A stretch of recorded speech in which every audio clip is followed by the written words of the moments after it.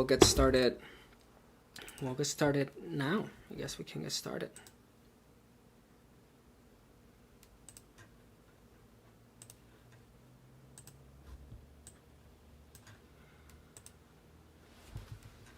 All right. So let's go ahead and get started. It's actually been 15 minutes since I went live and haven't really covered anything, but let's cover some data structures here. Let's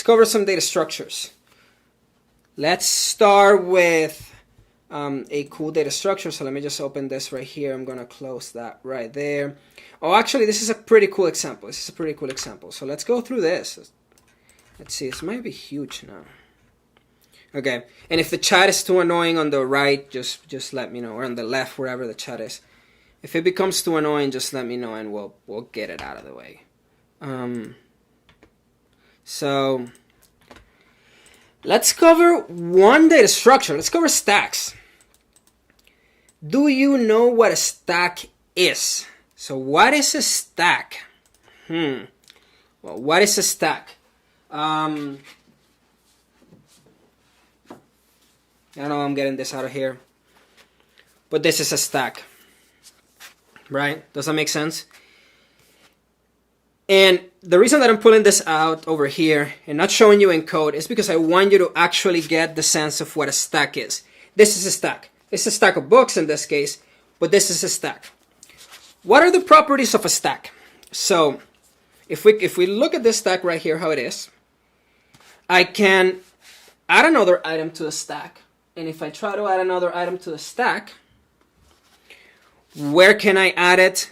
I mean, assuming this was on the ground, I can't really jam it at the bottom, and it's kind of tough to put it on anywhere else. So for a stack, if I want to add a new item, I put the item at the top.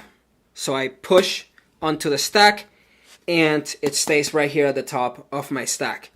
So if I want to add an item to a stack, I add it right at the top of my stack.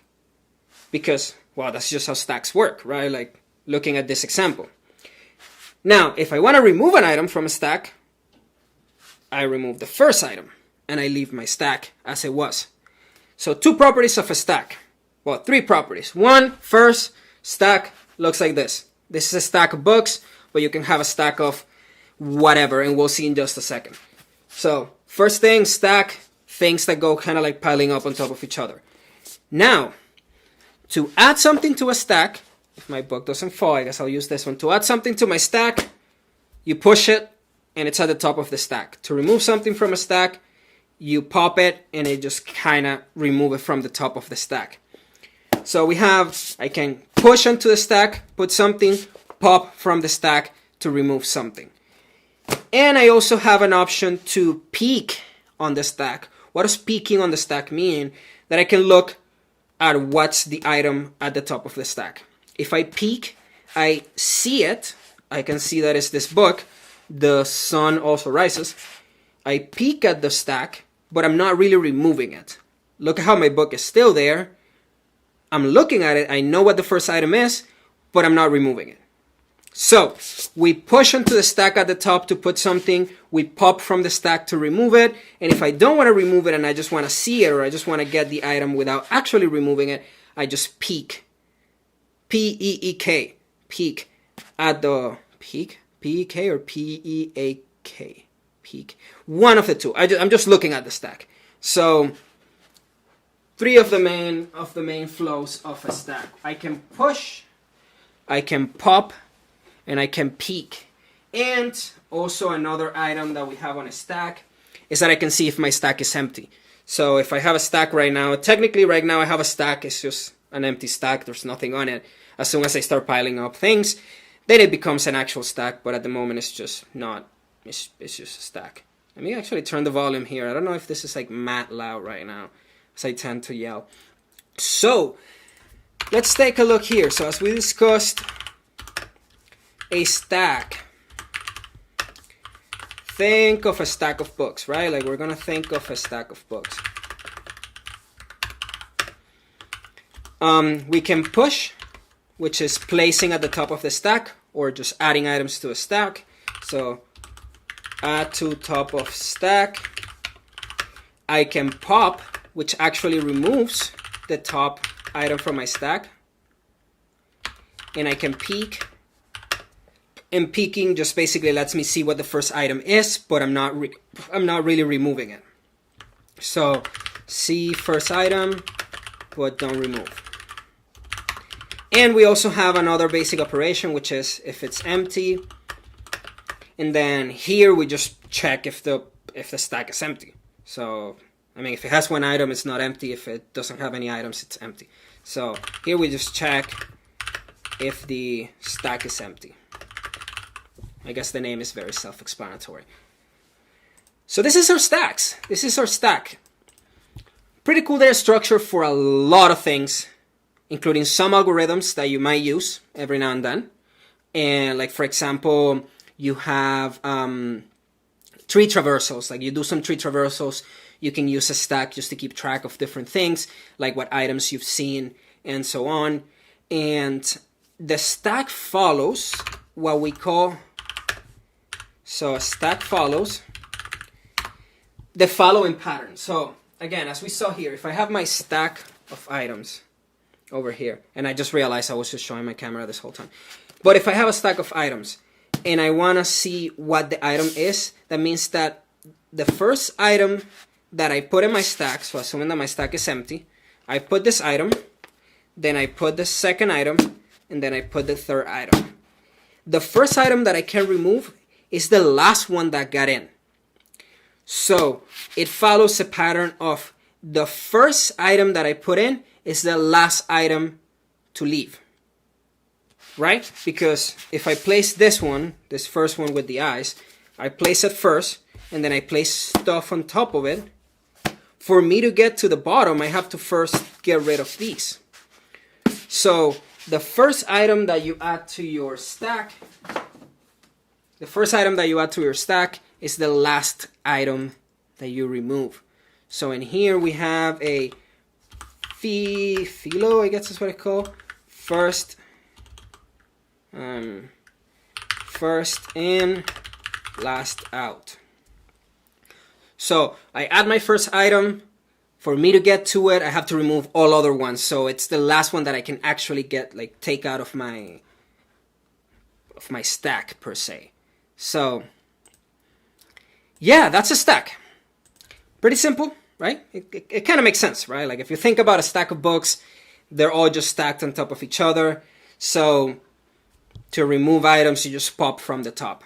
That's in a nutshell, right? That's in a nutshell. How are stacks implemented? So there are a couple of ways that we can implement a stack. The two main ways of implementing a stack are using an array. So you can use an array and just keep a variable. So basically in this case, you just use an array with a fixed size, and then you just store items in it. This is great. I mean, this works, but it has some limitations because you need to know the size of the stack beforehand so that you can declare an array, and that might not scale so much. But if you know that you will at most have 100 items in your stack at all times, then you can just declare a stack or implement a stack using an array.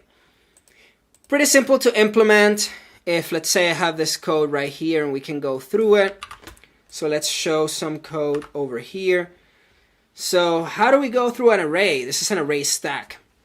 Basically we'll have our stack, we'll have the top, and we'll have the capacity here, and then our top is just pointing to nothing. And in this case we have a stack of integer, just so that we can store numbers. Let's say we're going through a problem or some sort of thing that uses integers. So we have an array stack, or a stack implemented using an array, and the way that we're going to hold our stuff is just by putting items in an array. We're going to have the capacity of it, which we need to determine beforehand, because otherwise we can't really declare a dynamic array to some extent. I'm not going to get into details. And that's pretty much what we have. And it starts at top as -1. We might want to do something different for the top, just because in this one it's starting at -1, but I think that should be fine. Why should that be fine? Because we're using this as an index of my array. So if it's empty or initialized, I shouldn't really have an index. I should be like negative. Once it's initialized and I have actual items, then I start like populating my array. And basically what we do to push is just we check if the capacity is not, it's still available. If I can add more stuff to my stack, I'll go ahead and do that by incrementing the top item. And then if we start at -1, then I would just increment this by, just by one item. And I'll cover this in just a second.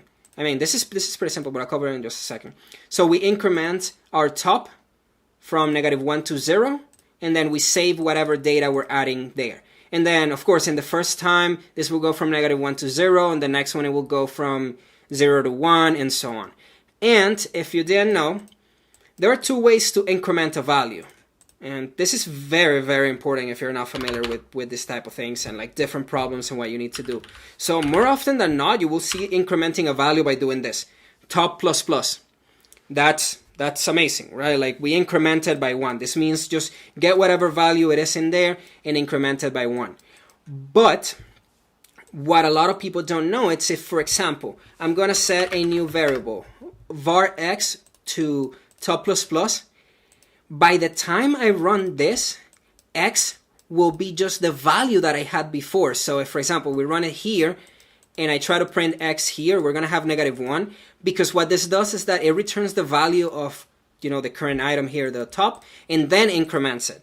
So it would do like return -1, would set -1 here, and then it would turn into 0. But if we do it the opposite way, if we put the plus plus before the actual item that we want to increment, it increments it first and then it returns the value.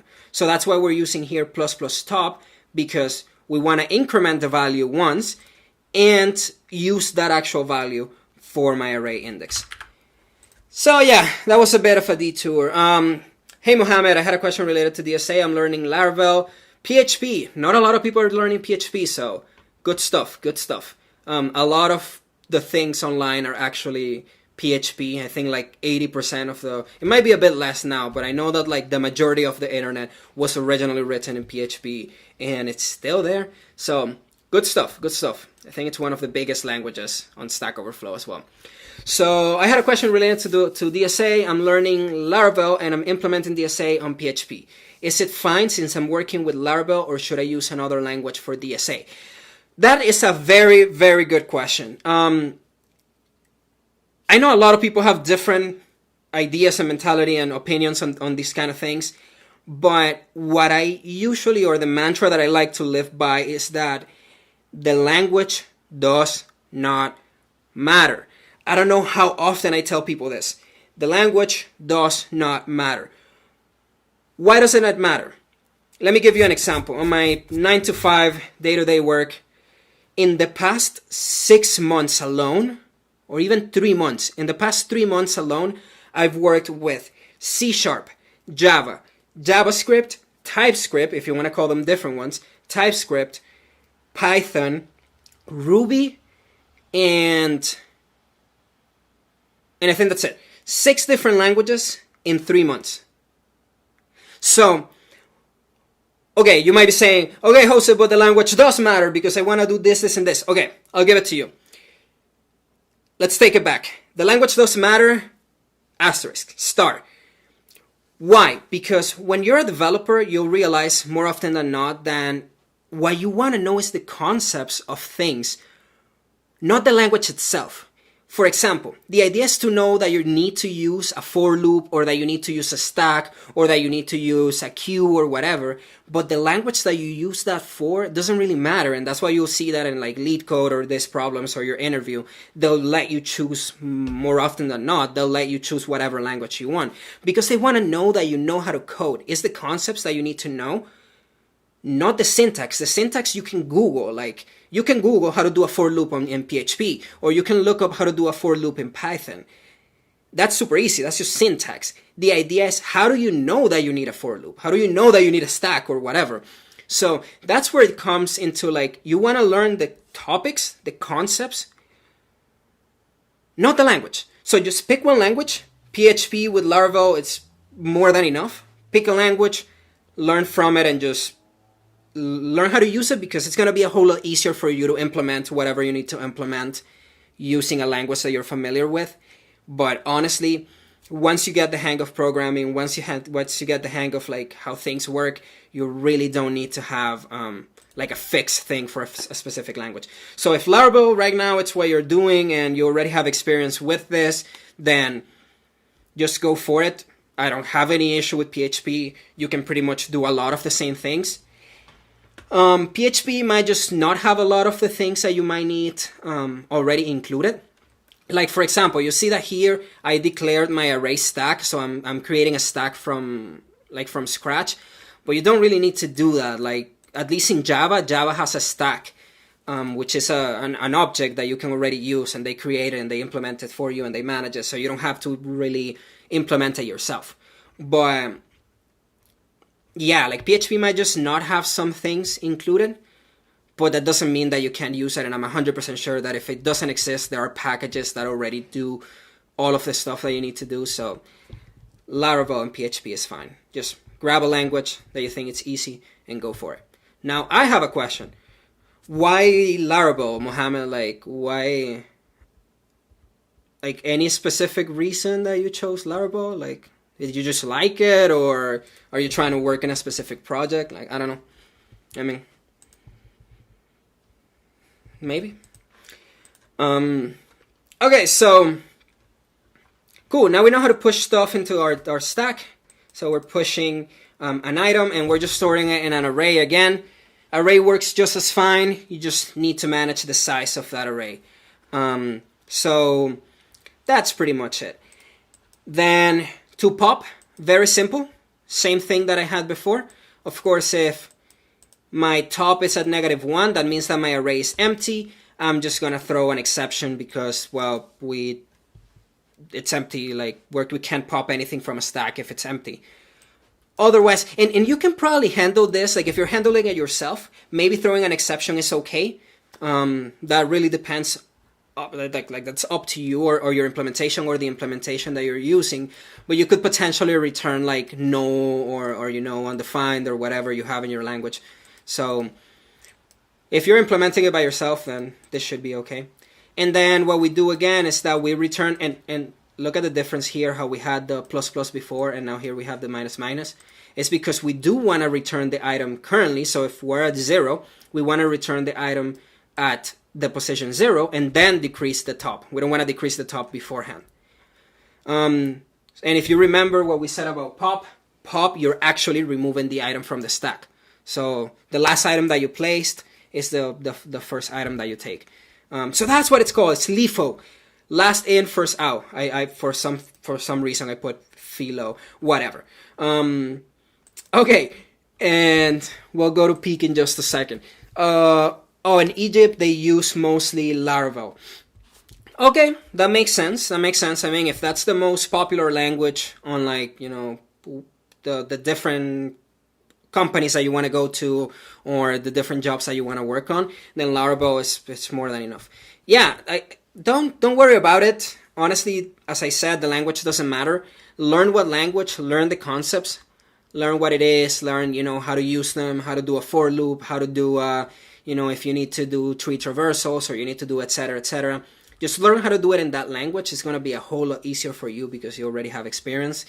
And then you'll realize, like, after you got the concepts down, you'll realize that the language doesn't matter next time that you pick up JavaScript or Python or whatever.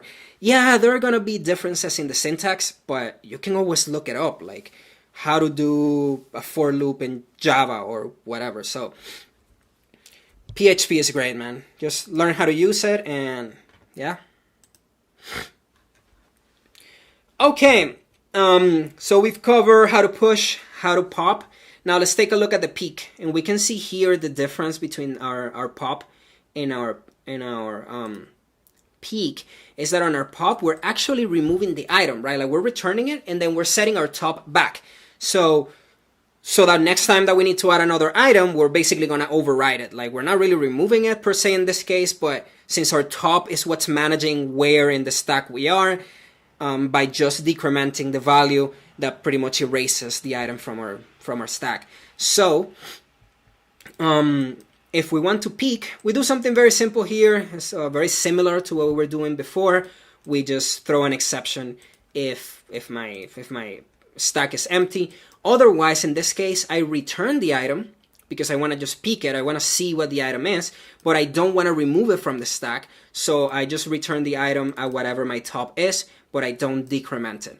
So pop and peek are very similar. Just keep in mind that pop returns the item and removes it from the stack, and my peek returns the item, and that's it. But doesn't really remove it from a stack. And then lastly, we just have an isEmpty. isEmpty just checks if, hey, if we're at -1, we're empty. And that's a stack. That's a stack. Pretty simple. 4 different things. In this case, we created an array-based stack. It's easy to implement. It has some drawbacks because, as I said, you need to know the exact size before you actually start the array or the stack. So you need to know what size to put in. And then you can push, pop, peek, or check if the stack is empty, which in that case will be that. I'm still new to programming, but I will work first in my country, then maybe go outside. Do you have any specific stack you would recommend? I also know TypeScript. I've already used it for with Vue. By the way, I like your reels and the essay expansions. Thank you. So this is why I started doing this live stream, and I'll try to do more long form YouTube. It's because a lot of times I want to explain something, and unfortunately Instagram only gives me like 90 seconds, so I have to like jam it all together into like 90 seconds, and then I have to cut a bunch of stuff out, and I can't really explain things like, in depth. But I'll try to put some snippets on Instagram and then try to do more long form on YouTube or these kind of lives. I kind of like this so that I can talk to people and just answer questions. So yeah, that's cool. Of course, try to gain the experience, Mohammed. Try to get learn the stack, learn how to program, learn the basics. I always recommend to, as I mentioned before, pick a language and just go for it to begin with. Don't worry, there's always going to be, like as I say here, there's a big saying here that says the grass is always greener, right? Like there's always a new language. There's always the better framework. And I mean, if you work with JavaScript or TypeScript, you'll see that you have Vue, React, Next.js, you have Knockout, you have Angular, you have so many different types that there's always going to be a new one. Just pick one and stick to it, at least until you learn the basics, and then that's it. What stack would I recommend? What's tech stack? Now, you mean what tech stack would I recommend? For coding or building apps?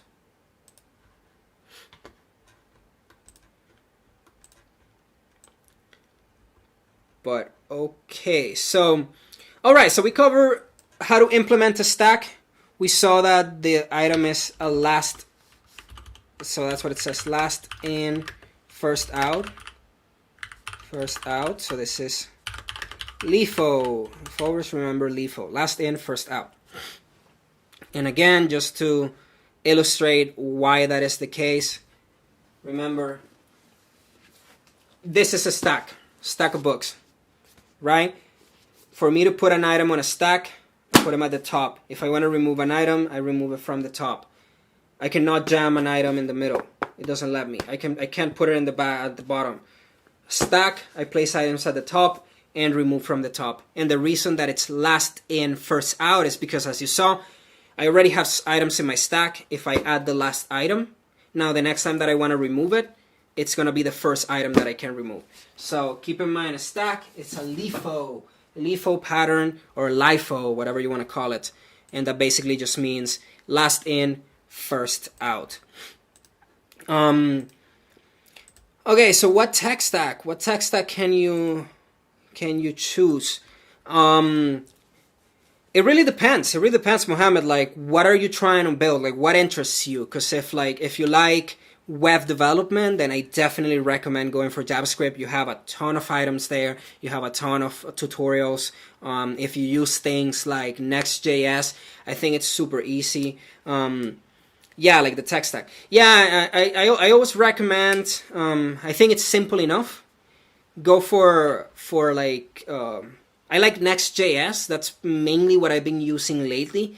And because I already built like some boilerplate code and I have like ready to go apps, so that basically I just open the project and I just have to change a couple of things here and there, and I already have my app up and running. So I personally like Next.js to get started because you can also do your backend together. And I don't know, it just kind of simplifies things, and the whole like page router, or in the case of the latest Next.js, the app router. It helps you with like managing your APIs and your pages, and it has like routing included and stuff. So I personally like Next.js if you're doing web development and you're wanting to start. Of course, as you scale and you start working with like enterprise software, or your app grows too big, you might want to move away from Next.js, because I don't know, I don't like the whole like coupling the backend and the front end into one single thing. But I say to get started, it's probably one of the easiest for web development. Of course, you can use other things, like as you said, you could use Django or .NET. Like right now, the .NET, one of the latest .NETs is really, really cool. But I don't know, I personally like Next.js for web development. Now, if you're interested in other things, then that might be different. Like for example, if you're interested in machine learning or AI, then you probably want to go for Python. Python is very versatile. I always recommend that as well, just because it's mainly what a lot of these like AI things work with. And if you're like training models yourselves and all that, all of the packages are for Python, or the majority of them. So yeah, Python, it's like a very, very well-rounded language as well. And you can use Django to build websites. And if you're doing like just simple API frameworks or API services, then you can use Flask with Python as well. I use it a lot as well. Like typically back in the day, what I would do is just mix either like a single page React app, and then I would hook it up to a Flask API and then just run that before I started using Next.js. And .NET, maybe. It really depends on what you're trying to do. For example, in my day-to-day work, we do use .NET. And it works, it's good, but I feel it has like a lot of like boilerplate in it that you don't need to. And it might become harder to pick up, because you have to structure things in like an MVC way, like a model view controller architecture, for it to actually work properly. You might be able to hack it out and like write some, just kind of hack it together. But I believe that .NET is one of the most complicated ones, although it's one of the most like scalable, I think. So it's harder to get started with .NET, but I feel it's one of the ones that scales the best. And typically in enterprise software, you might have C# to actually do your thing. So yeah, it really depends. It really depends on what you try to do, like what your focus is gonna be. All right, so we declared a stack as an array, but this is not the best way to declare it, or the only way to declare it per se, because as I mentioned, it has some downsides. That one, you have a fixed size stack, which might not be too good. Typically, you want your stack to be dynamic, unless you know for a fact that you're gonna have at most 100 items in your stack, or whatever, right? Like the exact amount of items that you're gonna have in your stack, so you might be able to use an array stack. But the other way that you can implement this is by using a linked list based stack. So maybe I should cover what a linked list is first. I'm not sure if you all know what a linked list is. I could cover what a linked list is, maybe. But I'm gonna assume it that you guys know what a linked list is. So how do we declare a stack using a linked list? And again, keep in mind, please keep in mind that more often than not, you are not gonna declare your own stack. This is just so that you understand how it works and what you need to do, but more often than not, you are not gonna use your own, like you're not gonna be implementing a stack by yourself.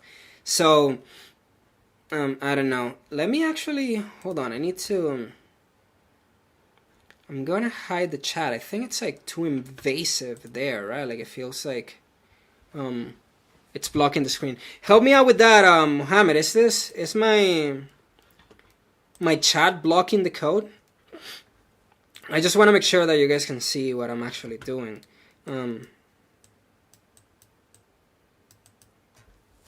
Yeah, and I'm glad that my reels actually helped someone.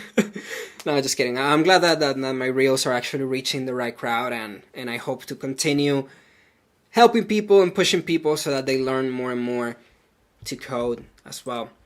But yeah, dude, I'm happy to hear that. I'm happy to hear that. Please keep it up and try to do more. So I'm gonna actually move my chat to the bottom. Chat is blocking VS Code. Okay, cool. Thank you for letting me know. So I'm actually gonna put it here at the top maybe, and I'm gonna put it a bit smaller.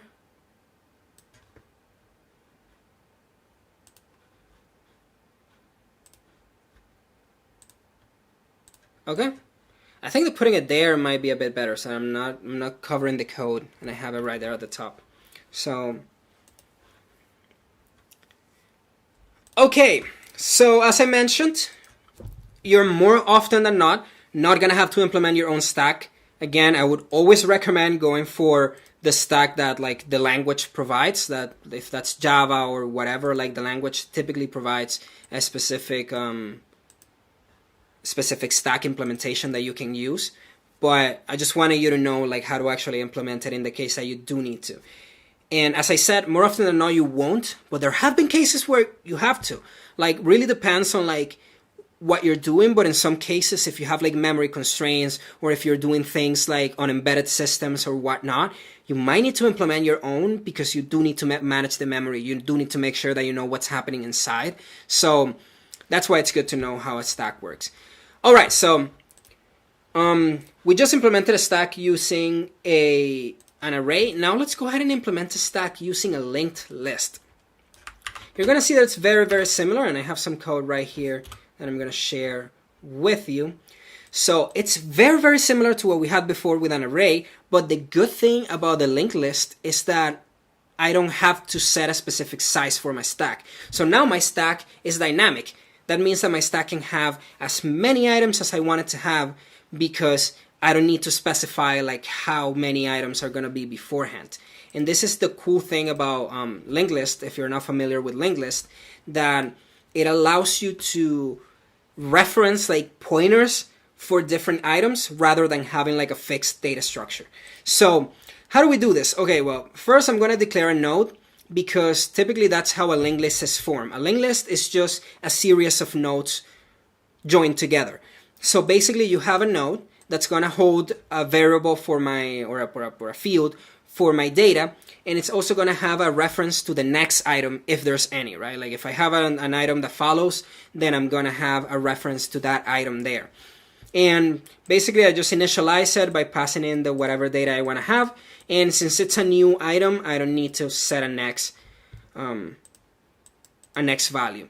So how do we do this? Well, the first thing that we're going to do is declare my class for my linked list stack. This is my custom implementation of a stack using a linked list. And I'm going to set my top as just a node, right? Like my top is going to be the node where everything starts. And at the beginning, it's going to be null. It's going to be empty because I don't have, my stack is empty, right? So I don't need to have any items in there. Now, if I want to set up an item, a new item into my stack, I use this method push and I pass in the data. I'm going to pass in this case, an integer. And this is something very interesting that we need to do here. We need to create a new node with the new data that we're adding, right? Like let's say we're adding the number 2. We're creating the new node with that. And then we are setting the new node's dot next value to be the top. And then we set our top to be our new node. Why would we do this? Well, let's think of a linked list like this. Right, let's say that I have a linked list with these 3 values. Right? What are each of these values? Well, this value is a node containing the data 1, so the value 1, and it has a pointer or a reference, so the next value here, it has a reference to the next item. So this one has value 1 with a reference to this item. This one has value 2 with a reference to this item, and this one I'm just going to put as 3 so there's no confusion. And then this one has the value 3, but it doesn't have any reference to any other value. So here will be, no. Now, since our stack, as we covered before, we put items at the top, we can't really add our item at the end of the linked list, because that would mean that we're not following the stack properties, right? Like our stack, we can always add or remove from the top. So what we need to do is, as we're doing right here, let's say that I wanna insert 0.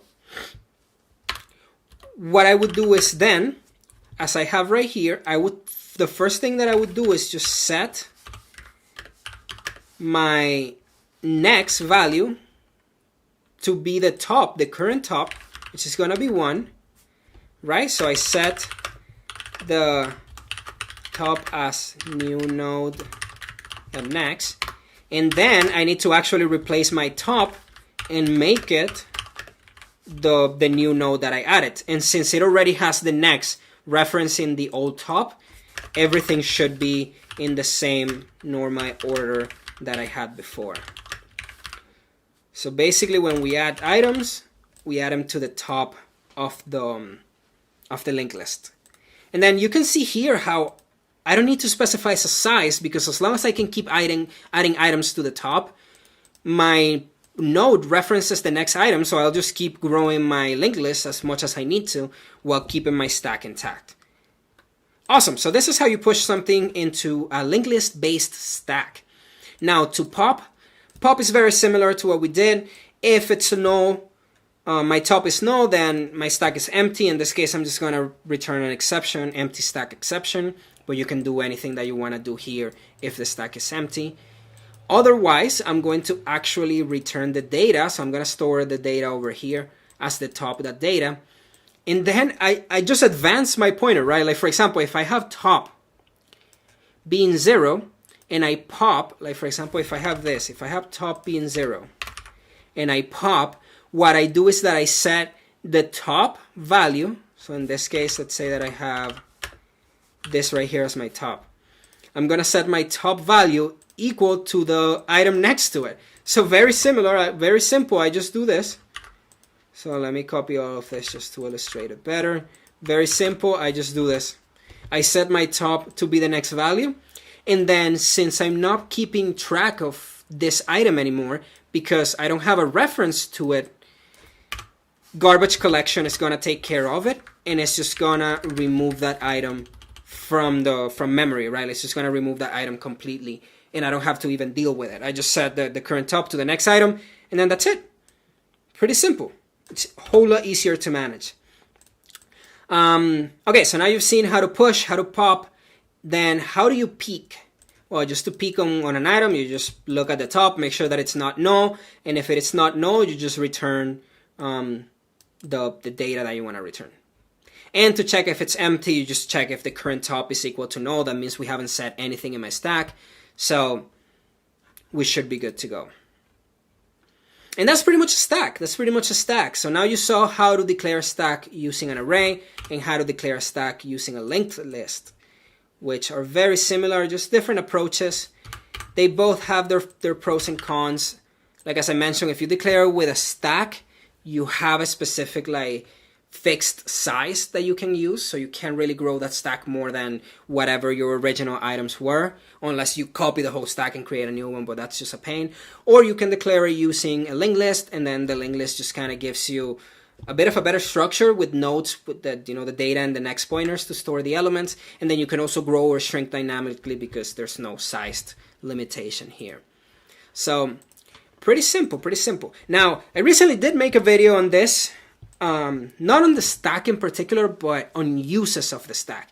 And one of the cool things that I came up with was creating an undo mechanism to, you know, kind of like your Control Z on your text editor or whatever. So I wanted to create one like that and leverage a stack to manage this, right?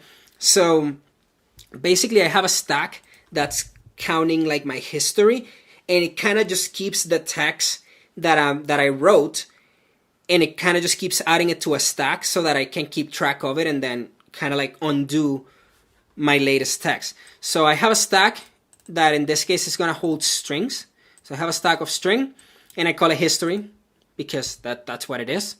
Always, please name your variables something meaningful. I know that if you do lead code problems, you'll see that everyone just references like J, K, L, M, I. Those are great if you're doing an iterator and you're just counting, like you're just doing an index, like 0 to whatever. I might be okay, J might be okay if you're doing a double loop. But if you have variables, say what they are. If not, you're making your code more difficult to read, to understand. Like other people are trying to read your code, or even yourself reading your code like a month from now, you're not going to know what the heck is happening. So make sure that you name your variables something meaningful, something that you know, that you read it and then you're like, okay, yeah, that actually makes sense. That's why I had that. So yeah, so in this case, we name our stack history, and then I'm also going to have a text field here. It's going to be private. They're both going to be private, but I'm going to have a text field that's going to hold my current text. So that way I know like, hey, what's the current text that I have? And then in my history, I'm just going to keep track of the previous texts. So how do we leverage the stack in this case? Well, I have a method here that's called write, and then this method does a couple of things. The first thing that it does is that it pushes my current text into the stack, into my history, and then it appends whatever new text I have onto my string. So when I write something, it pushes my current text before I write, quote unquote, into my history, and then it adds or appends whatever I want, you know, whatever I'm writing onto my current text. Then I can use this to get the text because, well, this is private, and I don't want people messing with this in particular. If they want to write to the text editor, they have to write through here. So we can get the text like this, and if I want to undo, I do something very similar, very simple, sorry. In this case, I just check, hey, is my stack empty? That's very, very important, right? Because if my stack's empty, I can't undo anything. So I won't try to undo. But if my stack is not empty, and that's why I have here. So if my stack is not empty, I'm going to pop the history, and I'm going to make that my text. Does that make sense? I hope that makes sense. Maybe let's go ahead and go through some examples here. So what am I doing? I'm creating my text editor here. I'm just instantiating a new object of my text editor. And then I'm writing hello, and then I write world. So I have the first item that I add is hello. Then the next thing that I add is space world.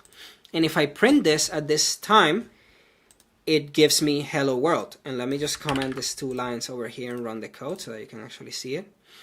So you see, in this case, since I wrote first hello and then space world, I get hello world. Then I can undo. This is like Control Z or Command Z.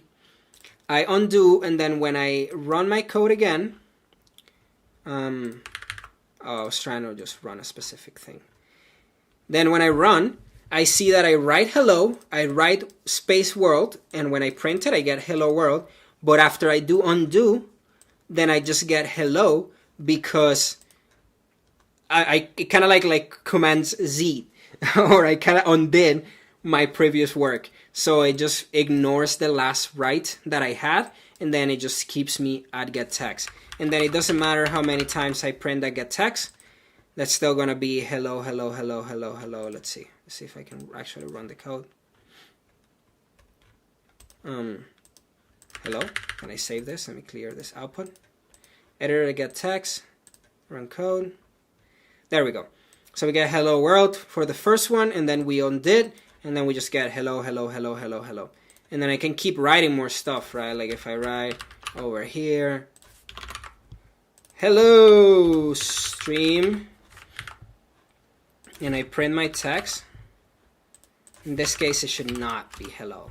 It should be hello stream. Yes, hello stream. And then I can do undo. So better than undo. And I'm gonna undo twice. Let's say that I did command space, control Z twice. And then I'm actually gonna print again my text.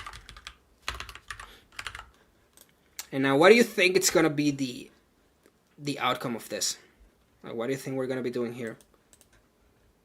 If I wrote hello, then I wrote world, I undid once, I had hello, hello, hello, I wrote stream, then I printed, then I did undo twice. I'm not gonna make you guess for it. Let's just run. Boom, and we get that the last one is just empty because, well, I kind of undid my stuff. Like if I see right here, I wrote once, wrote twice, wrote 3 times, but then I removed 1, 2, 3. So I also removed 3 times, which means that I get that it's empty. So this is just an application of Stack that you can use. I know this is silly, but let's say you're implementing your own IDE or you're having like some sort of like undo mechanism. Let's say that you're building some sort of software and you want to keep track of like what people do and then let them command Z and like, you know, kind of undo their work or redo their work and things like that. So you can use a Stack for that because, well, you can go back on the history and then you decide how much history you want to save. In this case, I'm leveraging this write method over here to actually add stuff into my stack, but or to actually write something onto my text editor. But you can do like more fancy stuff. Like let's say you have a diagramming software and you want to make sure that, you know, every time they add a new line, you keep track of that so they can command Z or control Z. Then you can do something like this as well. So I know data structures and algorithms are tough. They are. It's kind of hard to grasp stuff around, but I feel that the best thing and what works the best is by just trying to implement something, dude. Like, try to code. I'm a sole believer that we learn by doing, not by watching, and I'm so happy that you're watching me right now. But go write some code. Learn how to write code. That's the best thing that's going to help you, writing code. You can't, I always think about like going to the gym. You don't get strong by reading about going to the gym. You get strong by getting up and going to the gym. Same with programming. You don't get good at programming by just looking at tutorials or looking at people like talk about it. You get good at programming by coding, by building something. And it doesn't have to be something big. Like as you saw here, this is like a simple, very simple app. This is super small. It's like from 13 to 54. It's like 40 lines of code. And it's super simple, so you don't have to go all crazy with like what to add, what not, but just code, create something simple, practice. It's just the best way that you can learn. Honestly, it'll make it a whole lot easier for you. Okay, so that's a stack. Amazing. Let's see other data structures. Let's create a new data structure here, a new folder. And let's look at the sister or sibling data structure to stacks. So a sibling data structure to stack are queues. So what is a queue? Well, let's go ahead and see what a queue is. So, stack was just like a stack of books. What is a queue? A queue, you can think about it like when you go to the supermarket or you're paying for something at the cashier or whatever. A queue is kind of like a line, right? And basically what we do in a queue is that envision like, you know, walking into or trying to pay for something at a store and there's a line. The first person that got into the line is the first person that gets served, right? That actually pays. So, and the last person that went into the line is the last person that pays, unless someone's cutting, but let's assume that nobody cuts in line. So you can think of a queue kind of like that, like a queue. And I think in some languages or in some countries, maybe in the UK, I think they call a line a queue. So basically it's just that. And it follows that pattern. The first one on the queue is the first one out of the queue. So the first person that got into the line to pay is the first person that pays. And the last person that got into the line is the last person that pays. So let's take a look at that. So as I said, first in, first out. This is a queue. A queue follows what it's called a FIFO. FIFO item. Remember, a stack is LIFO. Last in, first out, whereas, LIFO. And a queue is first in, first out. So again, always imagine you are trying to pay for something. When you get into the line, the first person that's in line is the first one that gets served. The last person that gets onto the line is the last person that gets served. All right, so that's pretty much a queue. I mean, it's pretty simple. That is what a queue is. It's a line. A line where the first thing to be added onto the queue is the first thing that leaves that queue, which is completely different from from a stack. So how do we implement a queue? Well, let's go ahead and implement a queue again in the same way that we have with our stack. We can implement a queue in two separate ways. One would be with a stack. Sorry, one would be with an array. So you can implement a queue with an array. Similar, it has the same issues that implementing a stack with an array has, which is you need to declare beforehand the size of that queue. So you can only have, let's say, 100 people in the queue or whatever your size is. You cannot have, you can't grow or shrink dynamically. And then you do similar things like adding something onto the start of the queue and then removing that in the same way. I'm not going to implement it using an array because I think it's just complicated for no reason. The best way to create a queue, and it's actually the implementation of a queue, is by using a linked list. So before we implemented a stack using a linked list, but we were doing some trickery there where we were removing the first item and then replacing it with the next one if we were popping items from the stack. But with a queue, the queue is pretty much the same thing that a linked list, right? Like if you think about a linked list, if you visualize a linked list, you visualize something like this: node with 0, node with 1, node with 2. Well, what is this? This is basically a queue, right? Like if I add my first item, I'm adding 0, then on the next item I added 1, then on the next item I added 2, and I'm just kind of like piling things onto my queue. The only difference is that, as we mentioned before, my queue is a first in, first out. So that means that if I added my 0 as the first item, then this is the first item that I can actually get from my queue. So instead of getting the last item over here, we would always get the first item of my queue, or the first item that I added. In a queue, we have two main operations, let's say, that we can do, or actions that we can do in a queue. The first one is to enqueue something. When you enqueue something, let's say that I have a queue that it's empty. When we enqueue something, we add something onto the queue, right? So we enqueue something, we add something onto the queue. So we add it at whatever the next space is in the queue. So let's say that we have this queue right here, 0, 1, 2, and we wanted to add the node 3. My array is going to look something like this. Or my linked list is going to look something like this, sorry. 3. So we have enqueue, it's just adding one more item to my queue. And then we also have dequeue, which dequeue is just the opposite, right? So dequeue doesn't really let me pass in a value as it does with enqueue, because with dequeue, we're not telling it what value we want to get. There's only one choice, the first item. That's the only choice of a queue. You can only dequeue the first item. So if I try to dequeue here, I'm going to return the node containing 0, and then I'm going to leave my queue as this. 2, 3.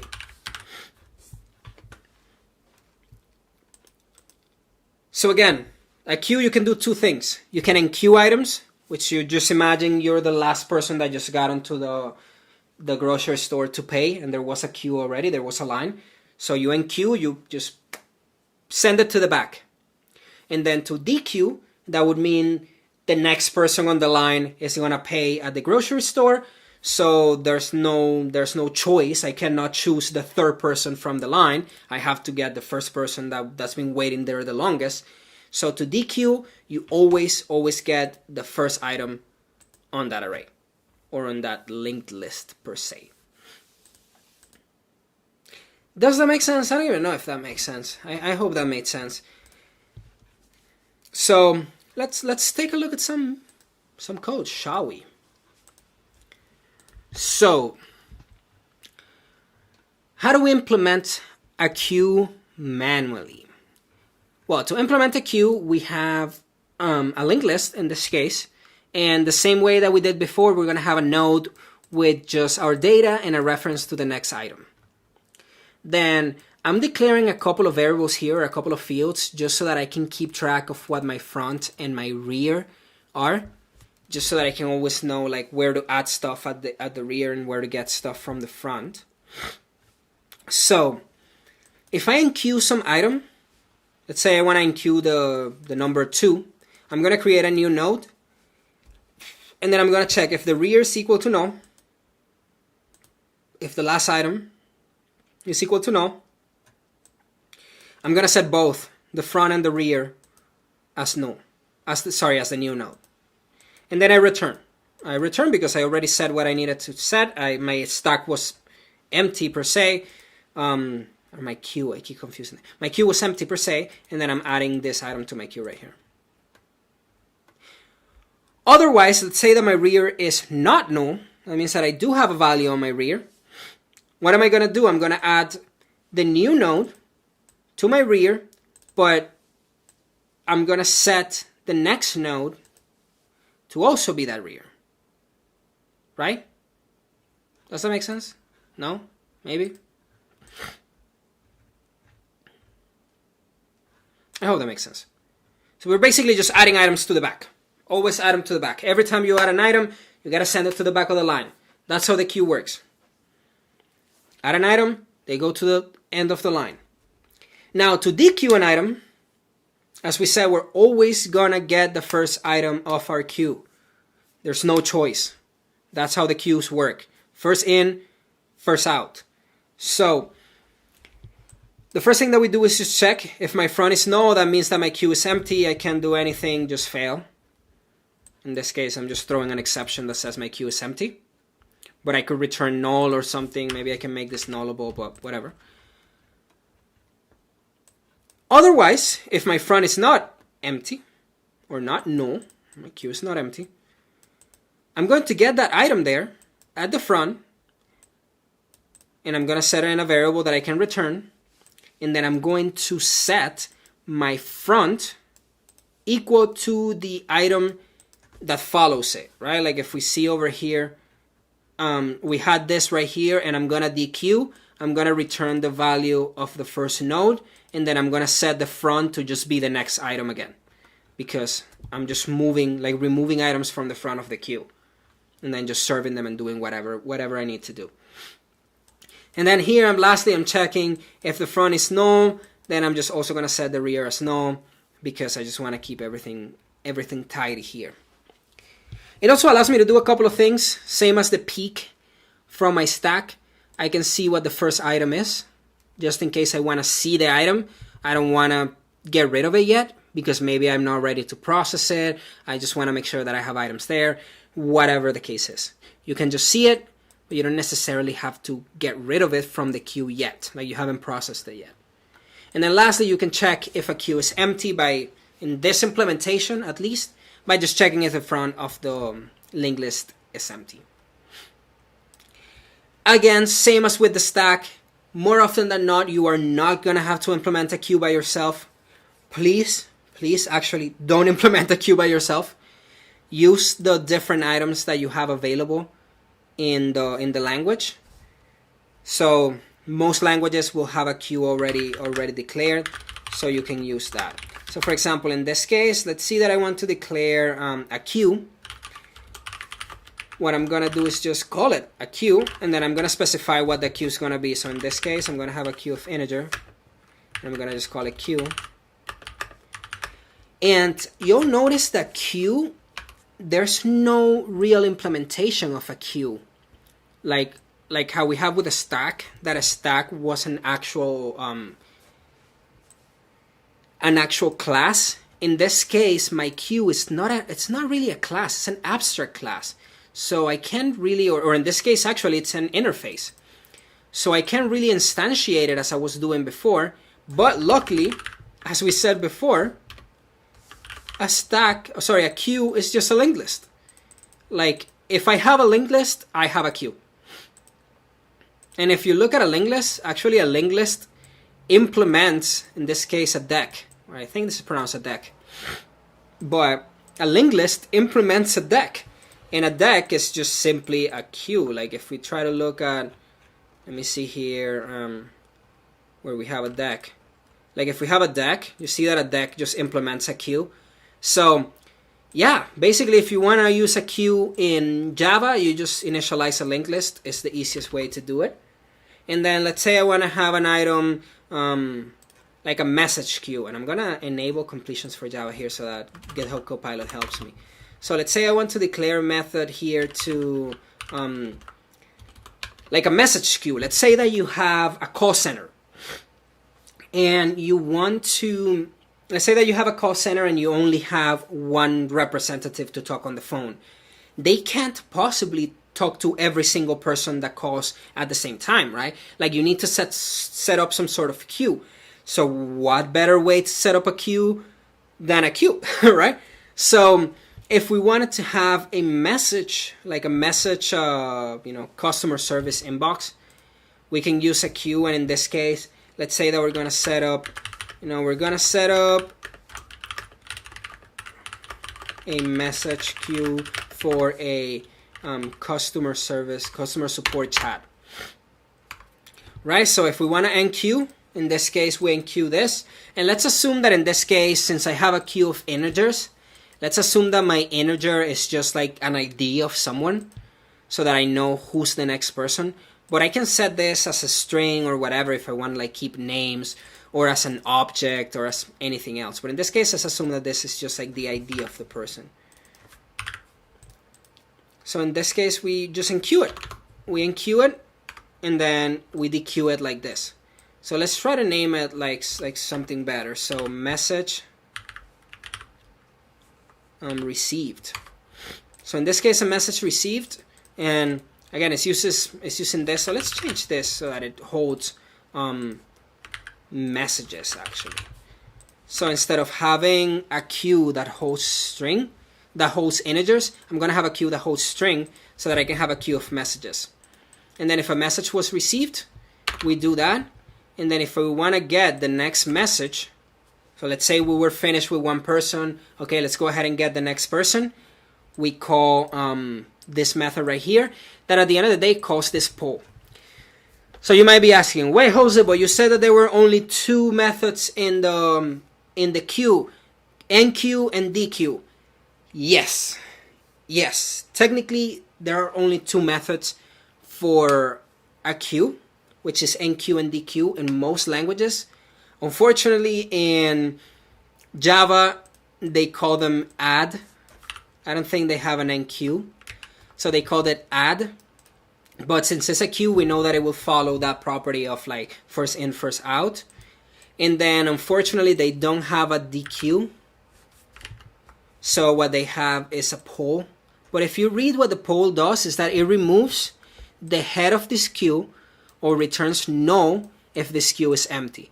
So this is pretty interesting because it's already handling for us. So if the queue is empty, it returns null. It doesn't blow up like we had it, we had it blowing up before. Yo, what's up? Yo, Hush Derek 1234. So yeah, basically we have a poll. Also, by the way, make sure that you have extensions on your VS Code. You have like auto completion and all that crap. Work smart, not hard. Like don't try to do like, code from memory when you don't need to. And then it also helps you with this kind of things, right? Like I can hover over a method and then it tells me like what it does and how it works and what I can do and so on. So definitely leverage this. And you see in this specific element to this queue, it's possible to do so without whatever, etc., etc. But yeah, this is again pretty simple program, right? We are simulating that we have like a customer support chat, and then we only have one person that can serve a specific a specific message. So we just created a queue, and every time a message is received, it's piled up to the queue.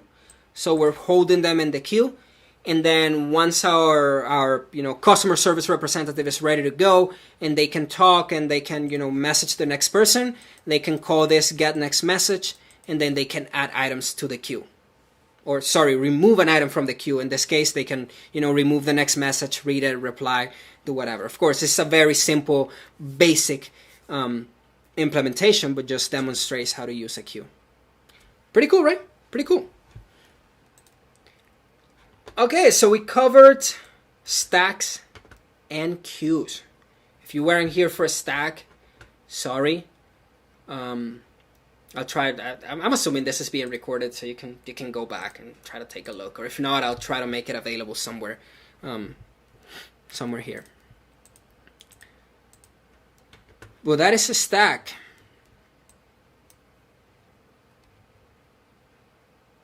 Now two main basic data structures. Always remember, stack is LIFO, or LIFO, or something like that. LIFO, last in, first out. Again, always think of a stack as a stack of books. If I have a stack of books, I can add items onto the top and remove items from the top. I cannot add an item in the middle for a stack. I cannot add an item at the bottom. I have to add an item at the top. And every time I want to remove an item, I remove it from the top. And that's why it's a last in, because you can see my stack already has a bunch of stuff. When I add something, that's the last item that I added to my stack. And when I want to remove it, you see, it's the, last in, first out. That's a stack. And a queue is another data structure, but it's slightly different. A queue follows what it's called FIFO. So a queue follows FIFO, which is first in, first out. So for a queue, think about like a grocery store shopping line or whatever. The first person that got to the line to pay is the first person that gets served. The last person that got to the line is the last person that gets served. So keep that in mind. Stacks are LIFO, queues are FIFO. Mohammed, I'll practice tracks and queues this morning. It's nice to watch the stream. I have a bit silly question and I'm hurting myself by solving lead code. using PHP. Hey man, PHP is, it's interesting. I don't use it often, but if it works, it works. I'm doing it in the case I get asked to solve problems using PHP, honestly. Yeah, that's very smart, right? Like if you're trying to apply it to something where you need to know PHP, make sure that you practice PHP, right? So that you know what the syntax is. Like, if you're going to be coding in PHP, you don't want to learn Python or some other crap that like, I need to learn PHP. So definitely. You're going to get the hang of it, man. Like, keep doing more problems. Try to definitely start with lead code easy. Try to go for lead code easy first, and then start like working up to it. And definitely build your own projects, even if it's the smallest thing. Like, let's say you want to create a to-do app. I guess that's like the most basic thing that you can create, or a calculator, like a basic calculator. Try to create different apps yourself, and you'll learn a lot there. It helps you a lot. But yeah, PHP is great. Like, honestly, I don't know why a lot of people hate it. It's just another language. I mean, it works. I think 90% of the Facebook code is written in PHP, and believe me that they didn't rewrite the whole app to just get rid of the PHP, so everything is still in PHP. So that's good enough. Okay, so now we covered two things. We covered stat and queues, and we kind of cover what a linked list is. By our implementation, because we were basically using a linked list to create our own basic implementation of a queue and of a stack. So you kind of know what a linked list is. If you but if you want, I can actually go over more detail what the linked list is and how it works. But for now, I'll assume that you guys don't need to. What's up, D-friend? D-front? D, or is the D silent? Like, friend? I'm just called, I don't know. Can I call you friend? What's up, friend? So, yeah, now you have those two data structures. What's really, really cool is that you need to learn these data structures to be able to build on top of that. Like, once you learn the stack and queue, then you can implement other things like BFS and DFS. And if that sounds like Chinese, that's fine. I can explain in just a second. But you can implement things like depth first search or breadth first search. You can implement other tree traversals. Like, if you need to do a level order traversal, that's basically just BFS. But you can do different things like that, and you can build on top of existing data structures or other things. Also, keep in mind that at the end of the day, everything is just like an array, but just like a smart array. You don't see it, but like most data structures, like at a nutshell, are just an array of some sort, just like managed in a specific way that makes sense. But yeah. So how about we look into level order traversal though? Have you guys worked with trees before? Like, do you know what a tree is, or do I need to first explain what a tree is? Which I'm cool to explain what a tree is. That's fine. I just don't want to waste your time if you already know what a tree is. But I think I have some, like a level order traversal. Yeah, I have a level order traversal here that we can take a look at.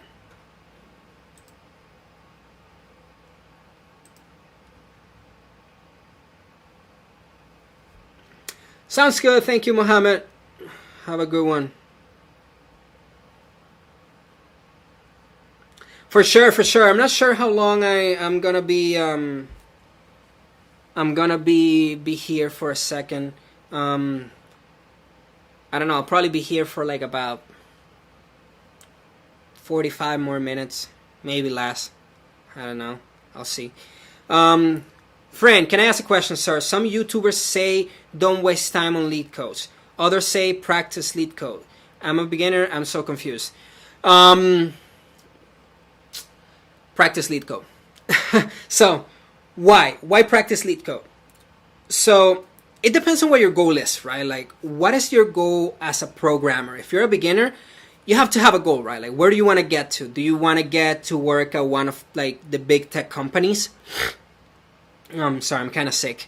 Do you want to get to work at one of the big tech companies, or do you want to just build your own projects and build your own things and just kind of work as a freelancer? Or are you just trying to be a software developer but maybe go to like a small company? Like, it really depends on what your goal is. If your goal is to get into one of the big companies like Google, Meta Facebook, Airbnb, Netflix, and one of these large companies, one thing that I've realized, and I can speak to that because I interview a lot of people as well. I interview a lot of interns, and I've interviewed for a couple of different positions.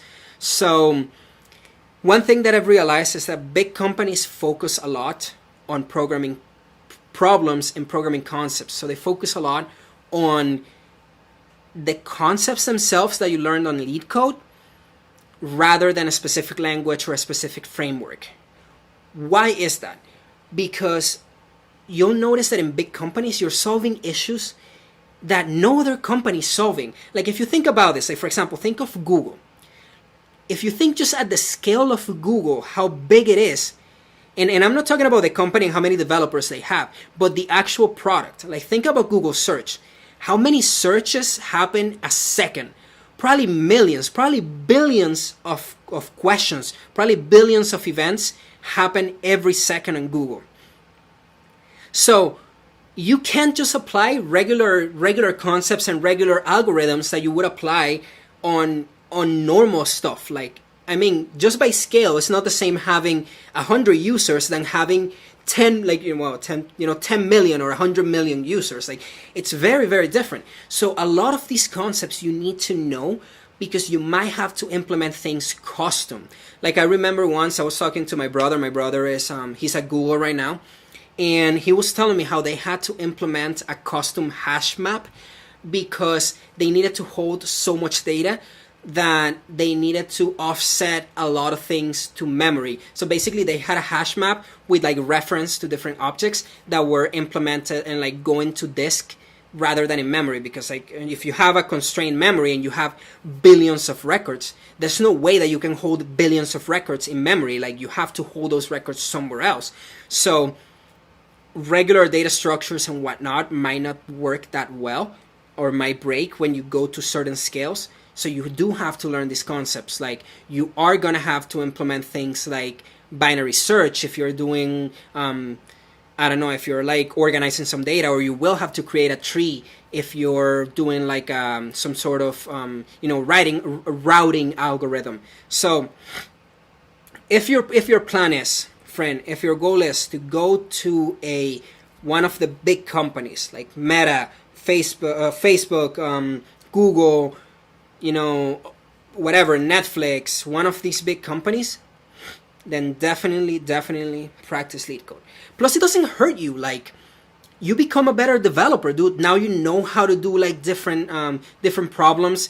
It not only helps you with the problems, but it helps you with thinking. Like, it actually expands the way that you think and the way that you solve problems, because it helps you like think outside of the box. Like, okay, how can I solve this? Like if I were to, solve a problem involving, an infinite string, how would I know if I have repeated characters? Like, that kind of stuff. Like it helps you with thinking outside of the box, and it helps you just become a better developer. So I don't think it's a waste of time.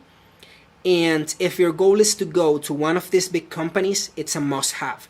Like no company is going to test you on other things. Now, we can go into is that good? Like, are programming, interviews really necessary when the job is different?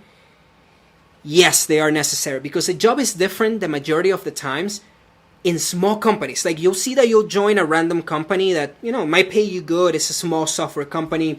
Maybe they just have certain products here and there. And then you'll notice that in the interview, they are asking you to invert a binary tree and write the code on paper and do a bunch of like crazy stuff. But then when you get to the actual job, it's like, oh, we just need to make this button over here bigger. And it's like, okay, but you are testing me in all this like crazy stuff, and now you're telling me that I just need to make a button bigger. Yes, it happens, but it mainly happens in small companies, and it mainly happens for junior developers. So the more that you go up to the ladder and you become a senior engineer, or you start going up like a principal, lead, or whatever, then you'll realize that you'll need these concepts more than ever, because you will be implemented things. Like, you are the one solving issues. When you're a junior developer or you're just getting in, people are telling you what to do. Like they're telling you like, hey, okay, so we have this software, we just need to modify these lines to make it do this. They're telling you what to do. But once you become a senior, a lead, and so on, you are expected to come up with the solutions. Like, nobody's telling you how to do it. Like, people will tell you just what the issue is. It's up to you to come up with okay, what do we need to do? What database? What algorithm? What's better? What works? And the fact that you practice LeetCode and you learned what exists helps you so much. Because even if you don't do it on a daily basis, there will come a day that you will need to know these concepts. And just by having seen them, even if you don't have them memorized, like I might not have memorized how to implement Dijkstra's to find the shortest path between 2 points in a graph, but at least you know that it exists, and then when you need to use it, then you can just reference it. Like you can Google like how to implement it, what do I need to do, etc., etc. But at least you know that it exists. You can use something that you don't know that exists. So I know that was a rant, but just to take it back, one, definitely practice LeetCode if your goal is to get a job.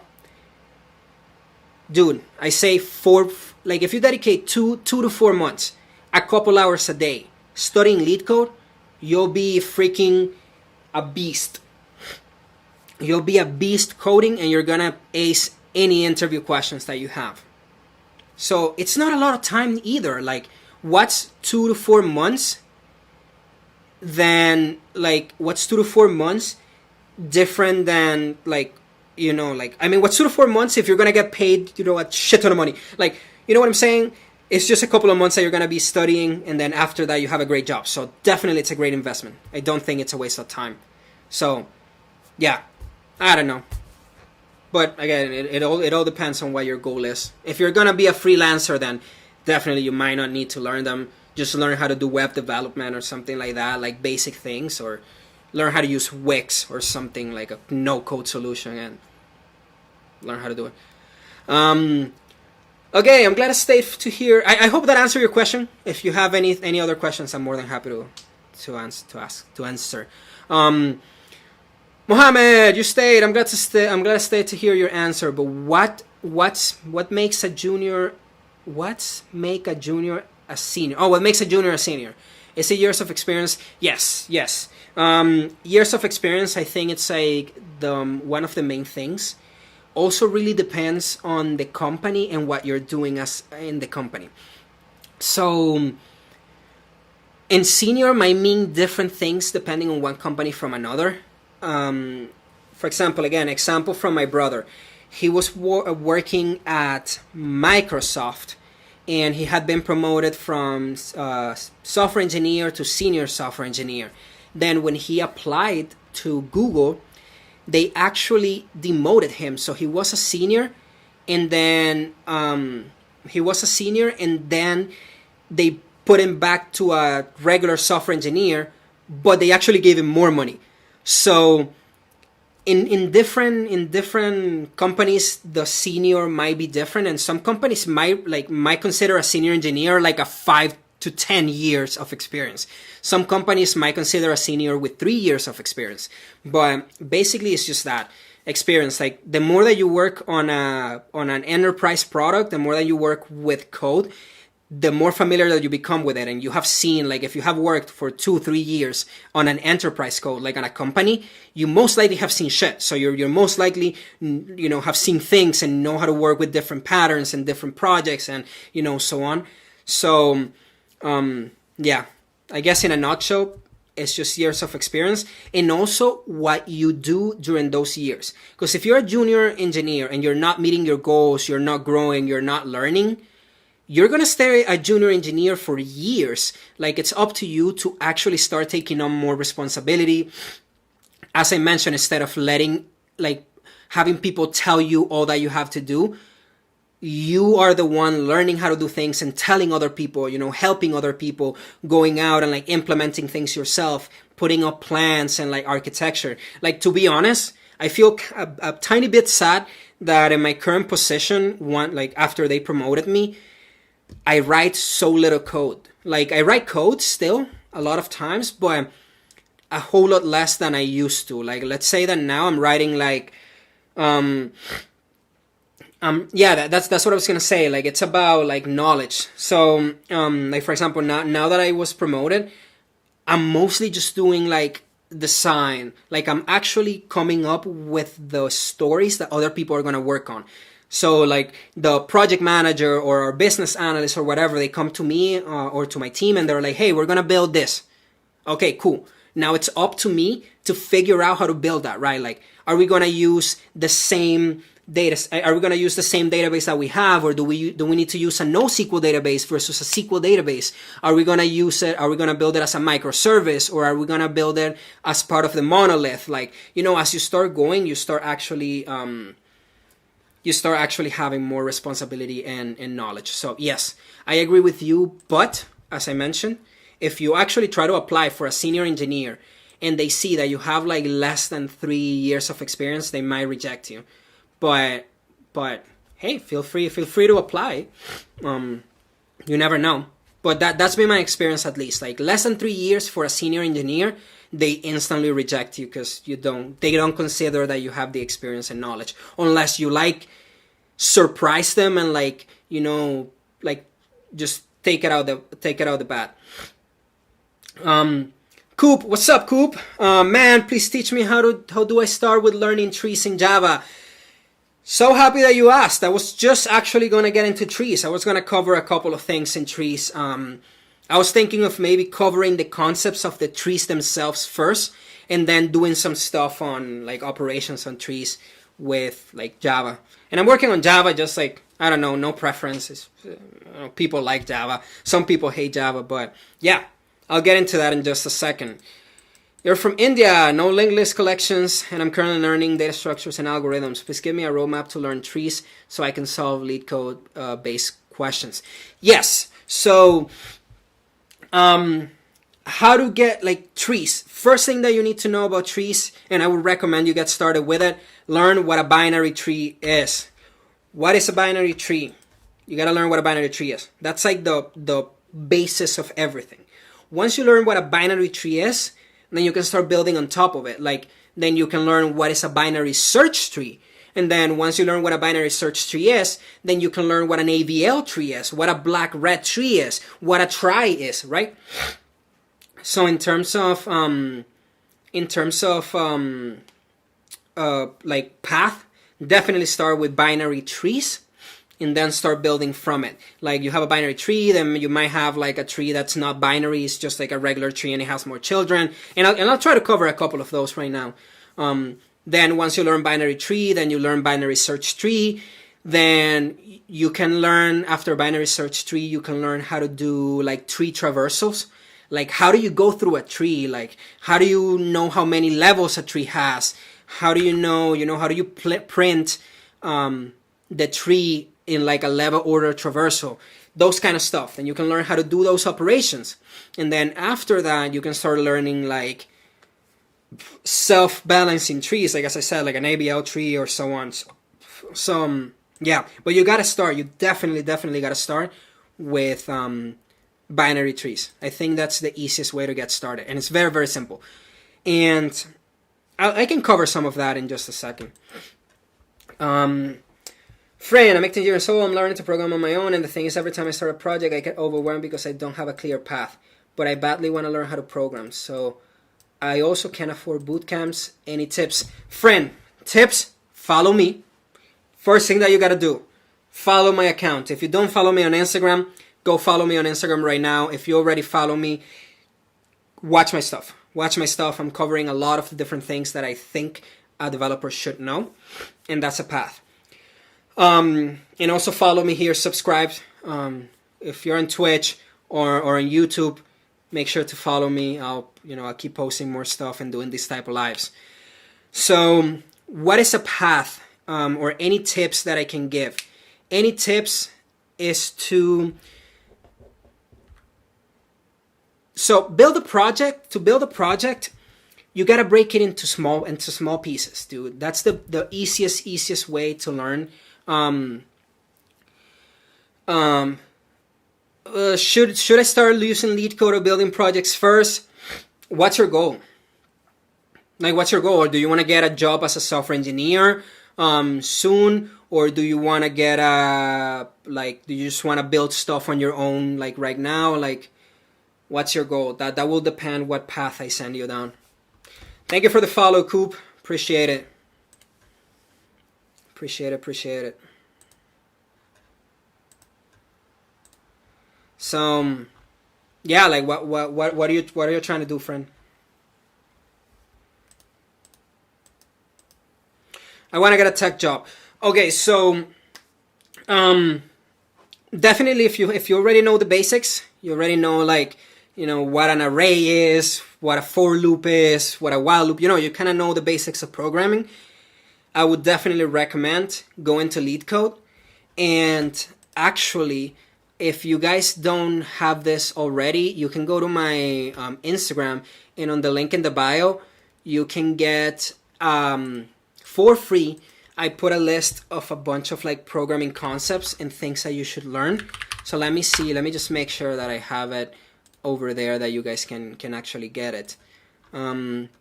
So I have, what do I have here? Let me just see for a second. Page. Okay, so I have a checklist, but let me see here if that checklist covers it.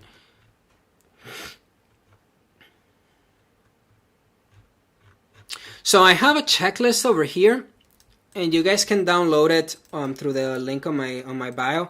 And I'm actually going to have I have another one, although I am charging for that one just because there's a lot of content there.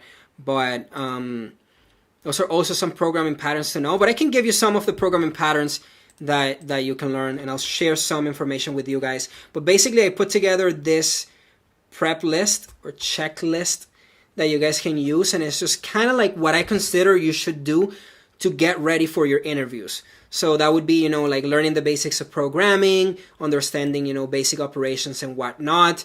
If you pass this, then I would definitely recommend like learn some of OOP. OOP is object-oriented programming. Learn kind of the basics of object-oriented programming, how it works, and what to do there.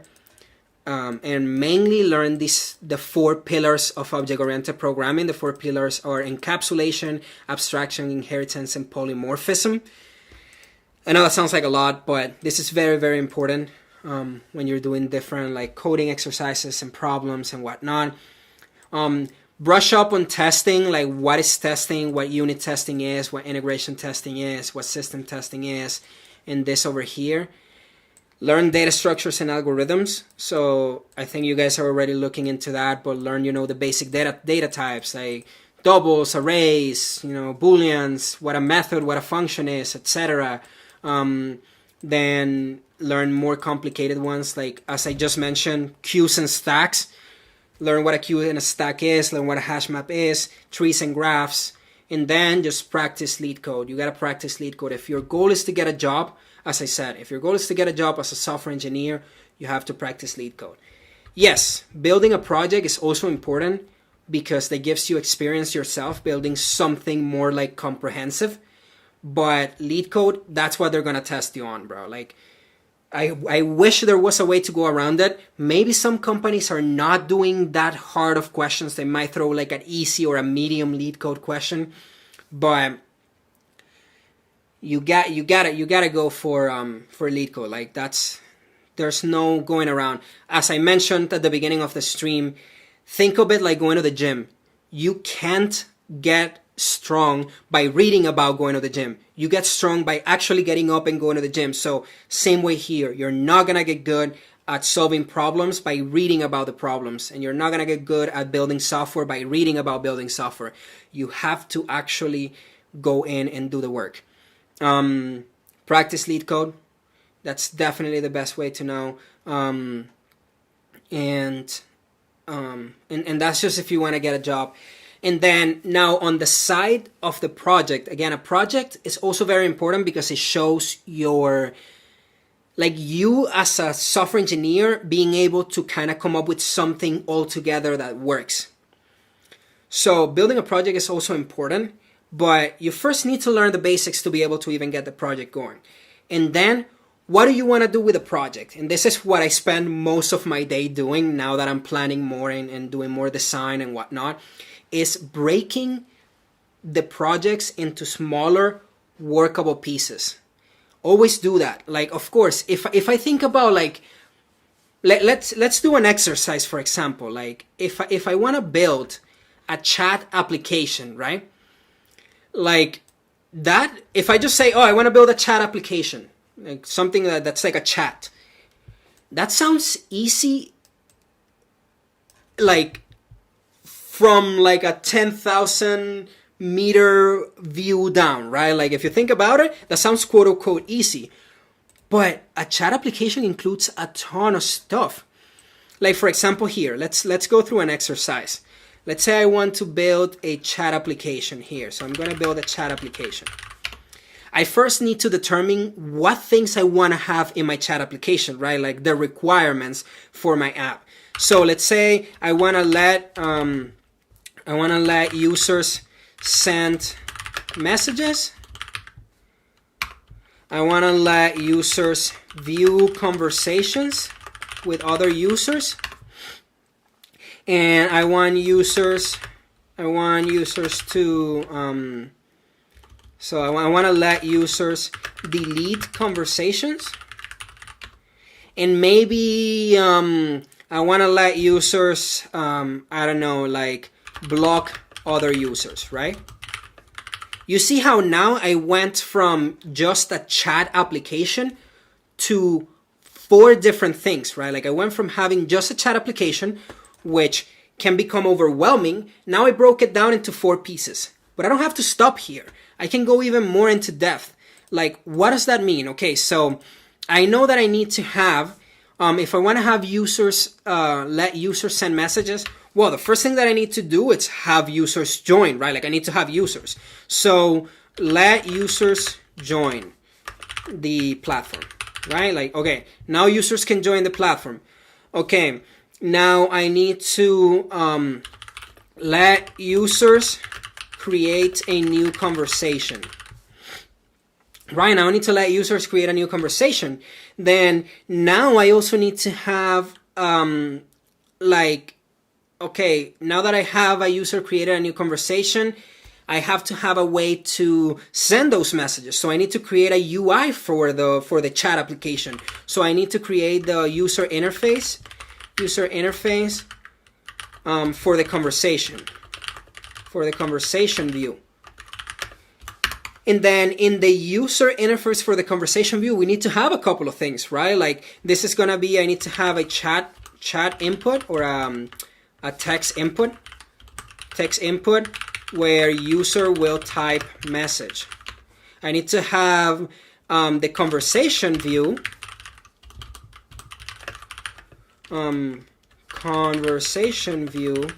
which will contain, you know, all the messages in that conversation in order by date, right? Ordered by date.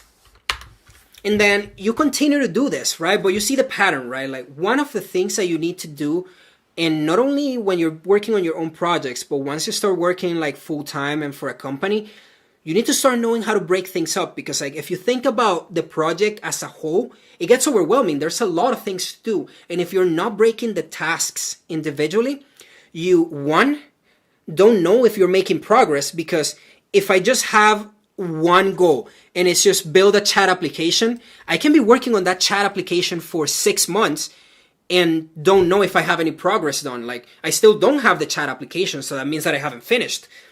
But that's not true. If you break it up into different pieces, then you can start working one at a time. So for example, you can focus on building the conversation view. You know that you're going to build a UI where you're going to show the conversations. And then you just focus on doing that. You don't focus on registering users. You don't focus on creating the conversation. You don't focus on adding friends. You don't focus on anything else. You just focus on the conversation view. And once you're done with that one, you scratch it off. And then you move on to the next one. And that one helps you because you know you're making progress, because you're kind of like scratching things off the list.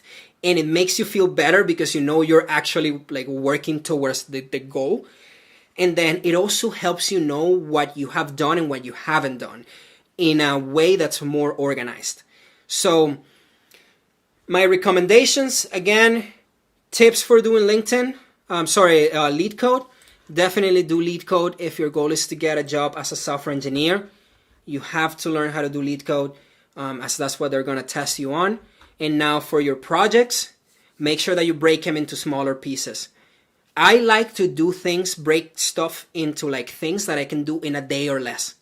If I know that it's going to take me more than a day, there's still ways that I can break down into more and more pieces. Why? Because I feel that for me to work properly and feel good about feel good about the project that I'm working on and not feel overwhelmed, I need to break things into smaller pieces so that I know that I'm making progress. Otherwise it's really, really hard. I hope that helped. Yeah, Mohammed, I'm sorry.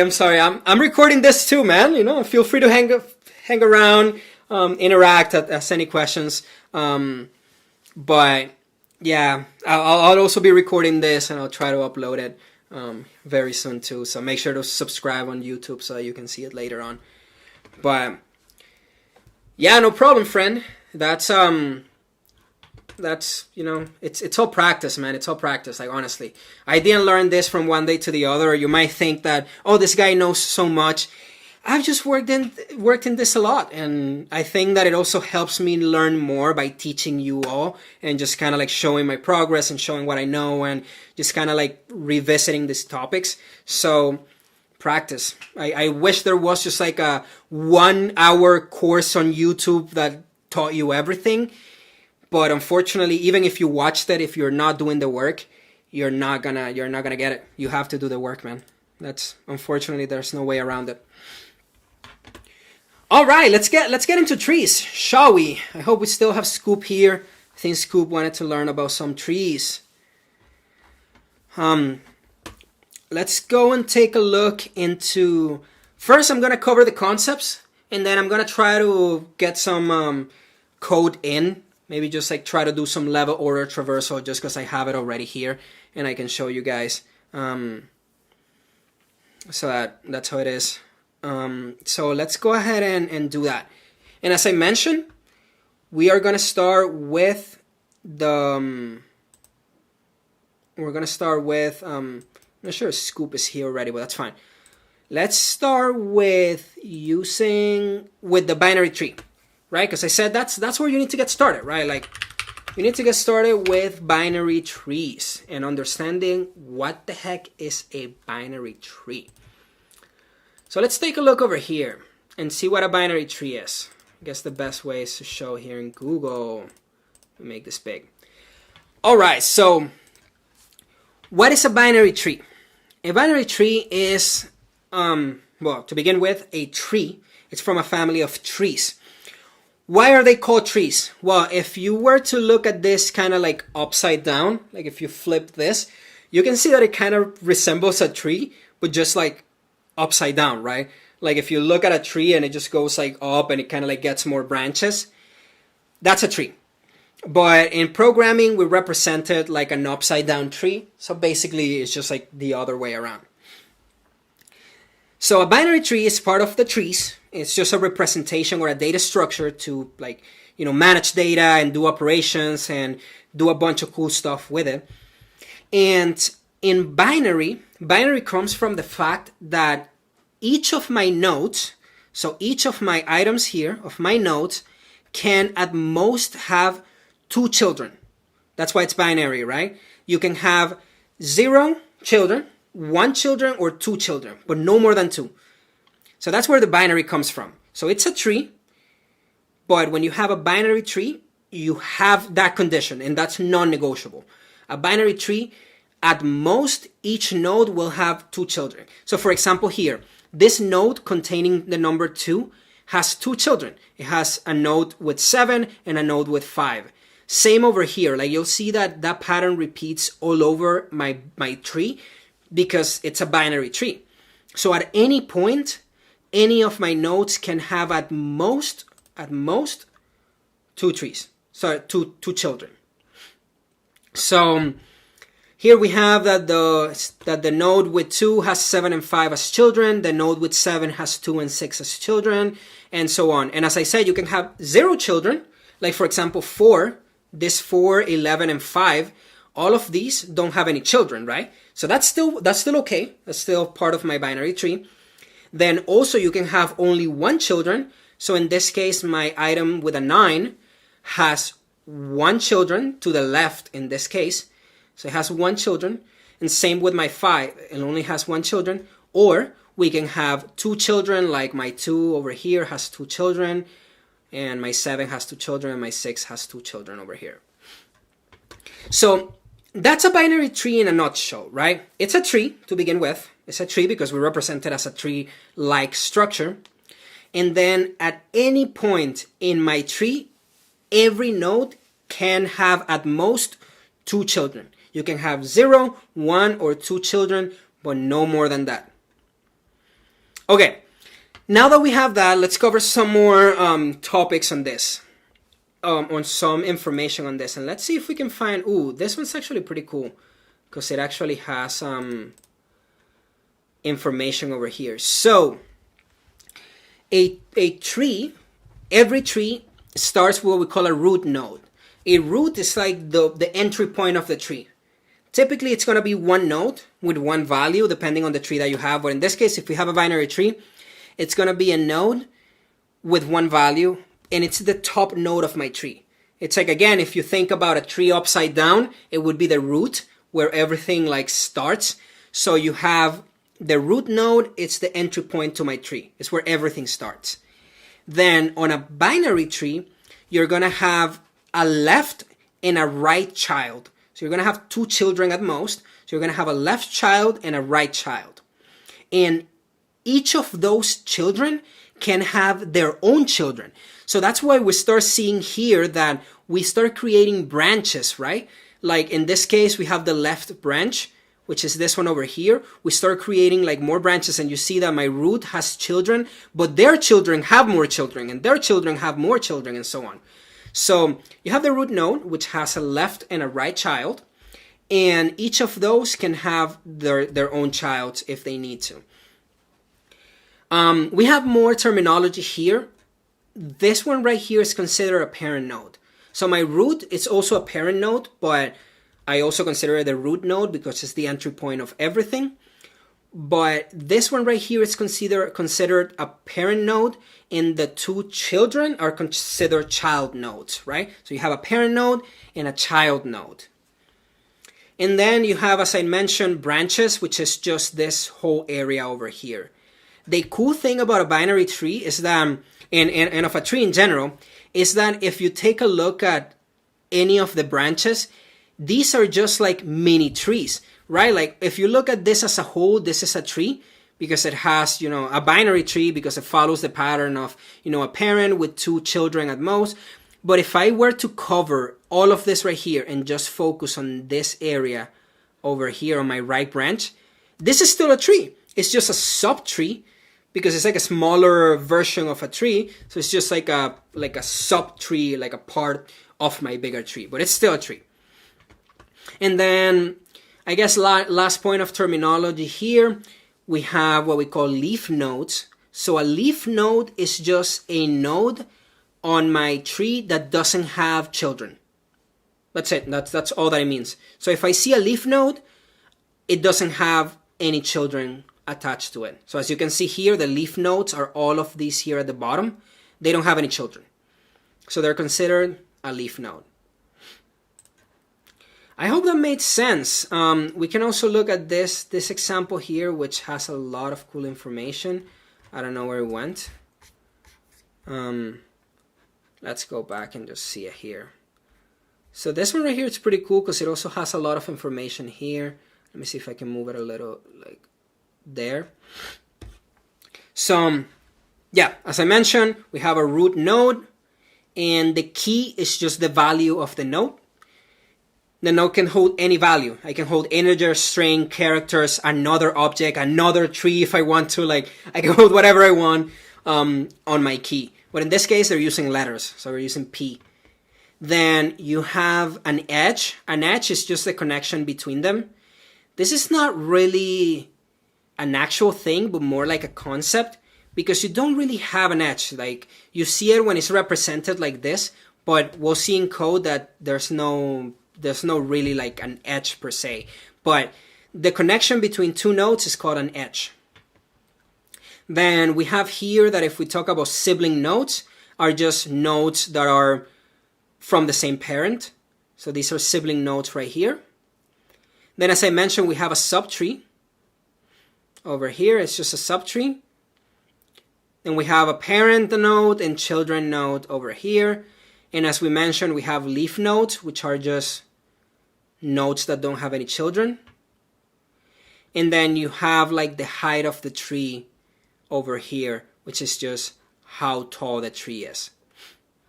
And in this case, keep in mind that this one, I don't know if you guys noticed, but this is not a binary tree because of this subtree over here. If you see the subtree, it has 3 children. So that already breaks our, this is a tree, but it's not necessarily a binary tree because it doesn't have 2 items. Three, because it doesn't have 2 children, it has more than 2 children.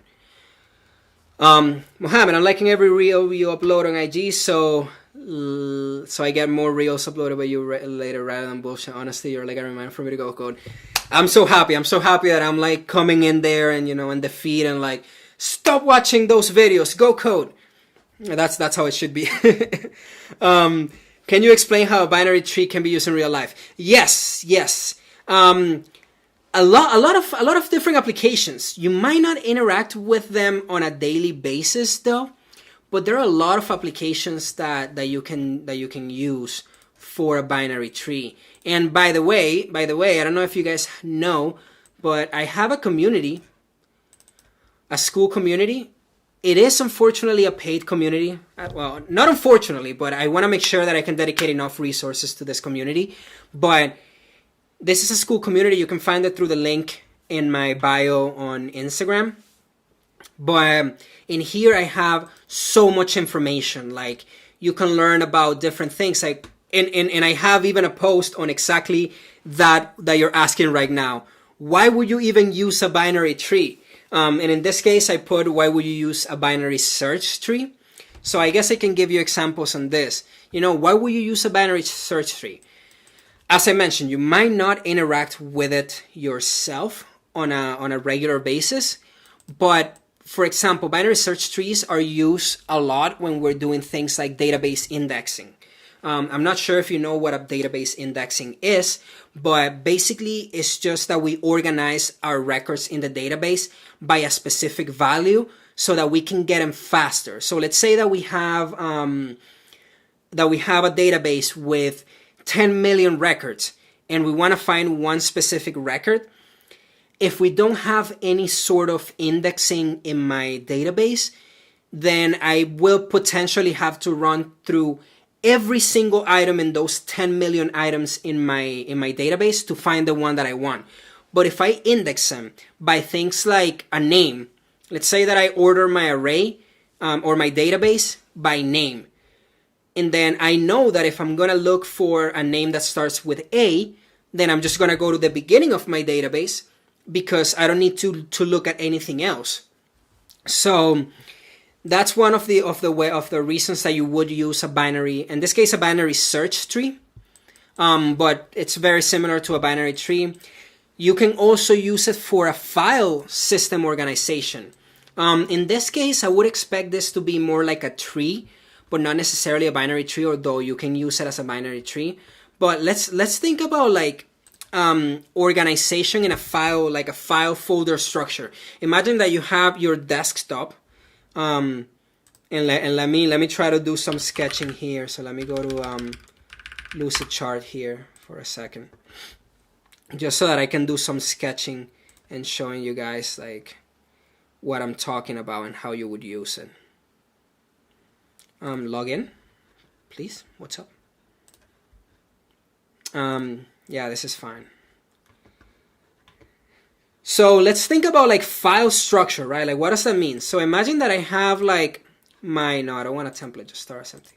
So imagine that I have this here, right? And this is my desktop. Then in my desktop, I'm gonna have another item that's called videos, another folder that's called videos, and another folder that's called images. And then this is again my left child, let's say, and this is my right child. Oh, there you go. and this is my child right over here. And then let's say that each of these, now my videos has YouTube videos, and then it has Instagram videos, and then my images has, you know, I don't know, I can put like, for example, 2017 and 2024 or something, I don't know. So now you can see how this is becoming a tree, and more likely than not, your file structure is a tree. And this is how it helps you to like actually find, organize things, move data around, do certain things and so on. But yeah, basically this is pretty much it. Let me move this over here. Why are you being weird? I'm just gonna delete that one and then just add a new one. But yeah, there are a lot of things, like as I mentioned, you might not interact with them directly unless you have to. Like if you, for example, are building a folder structure for your app and you want to have like something that, you know, like a way to let your users organize their data into like a specific way, then you would potentially use a tree for that because it organizes things in like a hierarchy. So here, as I said, like I have my desktop, and then this has like YouTube videos, and then this has like more and more into it, and then, you know, it keeps organizing things in a different way. So basically it's just a way to organize things. But yeah, those are some of the examples.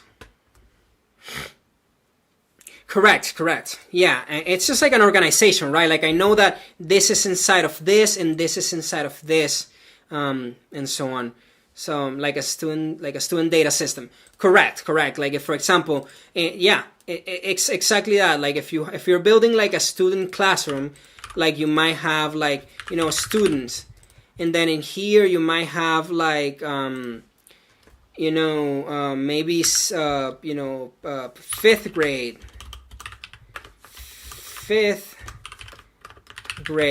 and then from fifth grade you might have like more stuff, like, you know, whatever, like maybe you're managing different schools or something, but like in here you have fifth graders, and then you can like even separate them from like section A, and then you have section B, and so on. And then each of these can have like different things, like more stuff in here. So yeah, it's just basically like an organization structure that you can have. And I did a poor job at demonstrating it here, but basically if you see them going down, it actually looks like a tree. So let me actually make it look like a tree so that you're not like super confused there. But you see that I'm just like reorganizing how it looks, but at the end of the day, it was like the same concept here. And then this just goes here. But yeah, it's just a way to structure data.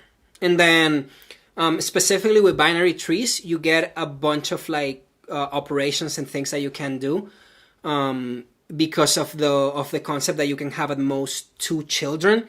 So you start doing like cool stuff with it.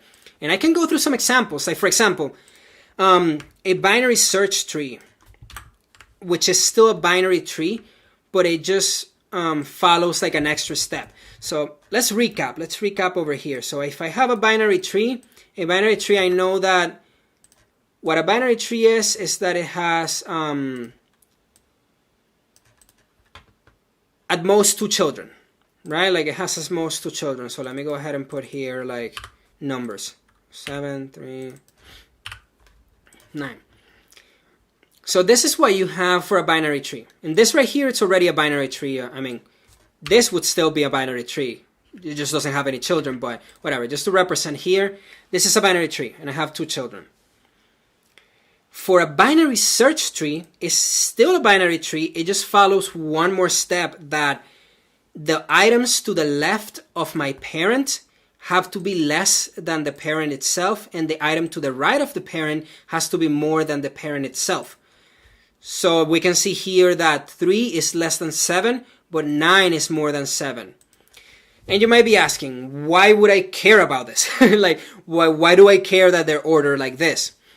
Well, this is very useful when you need to search for things, actually.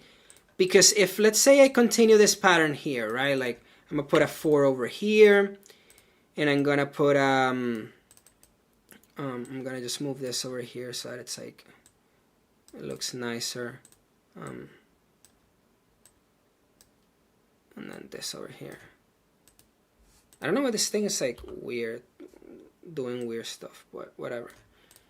Here I'm gonna have a 9, an 8, and in here I'm gonna have an 11. Right, so why would I care about a binary search tree or a binary tree in general? Well, binary search tree, let's say that I need to search for an item, and assume I have this right here. If I were to have this in an array, let's say I have an array of items, and I'm just going to copy them in this order. I'm just going to copy them in this order over here, just for the kicks. Let's say I don't have an order array. Just keep in mind, this has nothing to do with the tree. This is just a representation to give an example.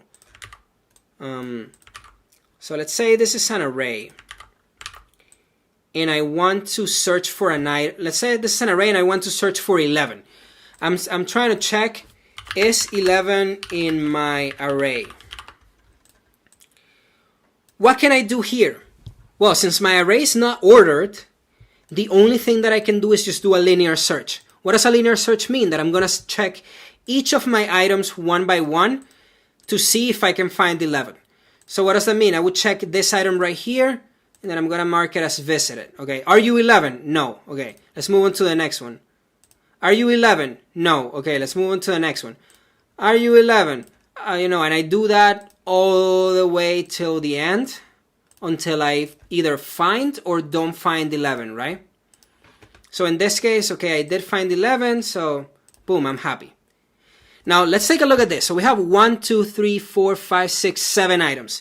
So to find my 11, I had to go through 7 iterations or 7 items and compare. Are you 11? Are you 11? Are you 11? Are you 11? Are you 11? All the way to the end just to find 11. So I had to go through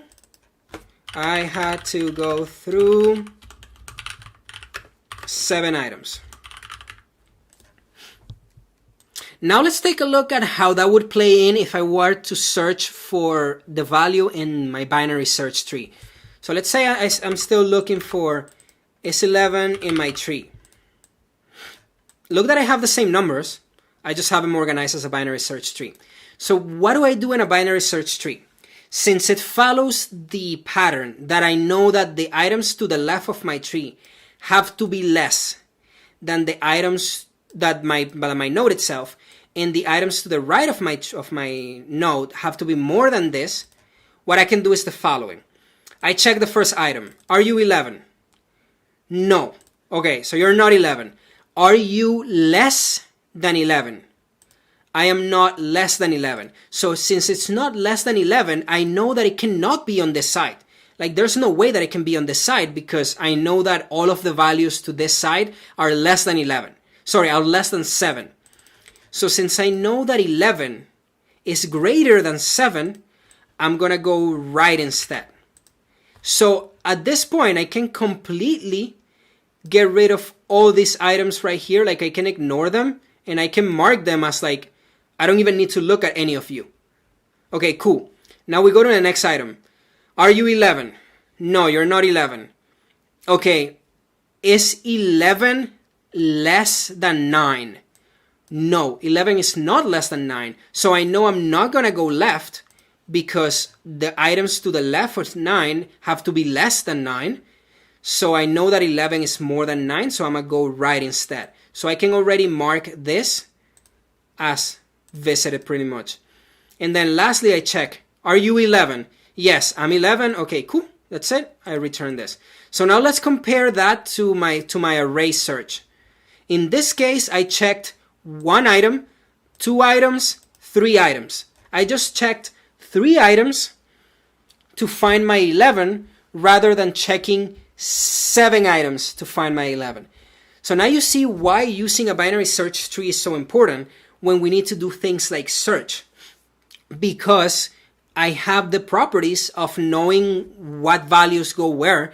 So I don't need to even look at a lot of code. Like I didn't even look at this once. Like I didn't even check 3, 1, 4, 8 because I knew that I didn't have to check them, because there's no way. If my binary search tree is constructed right, and I guess that's a very key point. If it's constructed right, where at any point in my tree, any of the nodes have a children to the left that's less than the node itself and a children to the right that's more than the node itself, then my binary tree is good. My binary search tree is good, and I can do effective search on it. And you can see that that's the case here, right? Like 3 is less than 7, 9 is more than 7, 8 is less than 9, but 11 is more than 9, and same here. 1 is less than 3, but 4 is more than 3. I hope that made sense. But yeah, you might not interact with them on a daily basis, but knowing how to use them is so important when you need to build things from scratch, or you're working in something custom that you want to build, or you want to build like some sort of like architecture, hierarchical organization for your thing, for your app.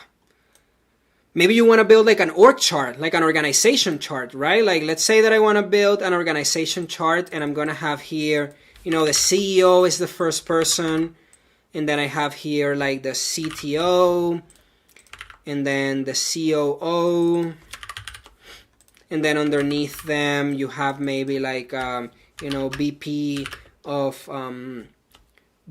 product, and then you have VP of operations, and then this one has like a children that's maybe like a director, and so on, right? Like you get the idea. You can build like an org chart or a family tree. Your family tree, if you want to build a family tree, you probably need a tree.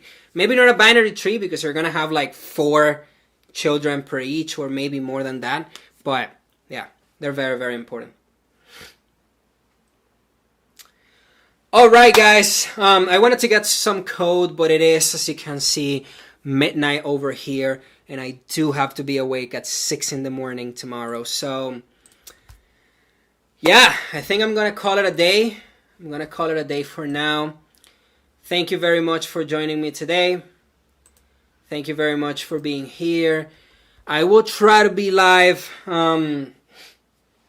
don't know if I can commit to an everyday thing. I'll try to be live every day, maybe around the same time. I'll try to do like an end of day thing where I cover a couple things and I answer questions and whatnot. But yeah, just stay tuned. Make sure to subscribe. Check the little bell notification, like set up your notifications so that you get alerted when I'm live. I'll try to do it every day. If I can't do it every day, I'll try to do it at least every other day. But make sure to join so that you can ask questions. I can cover any topics that you want. And I think I'll try to solve some lead code live. Like I'll go and like try to work some problems with you guys so that you can see my thought process and kind of what I work through while I'm solving something over there. But yeah, thank you very much. I hope that you guys have an amazing night or an amazing day, depending on where in the world you are. And stay curious. I'll catch you on the next one, guys. Take care. Goodbye. Hello. I'll see you another day. Yeah, I'm glad that I went for a for a career in tech and not a career in singing. Okay. All right, I played too much. Bye, guys. Catch you next time.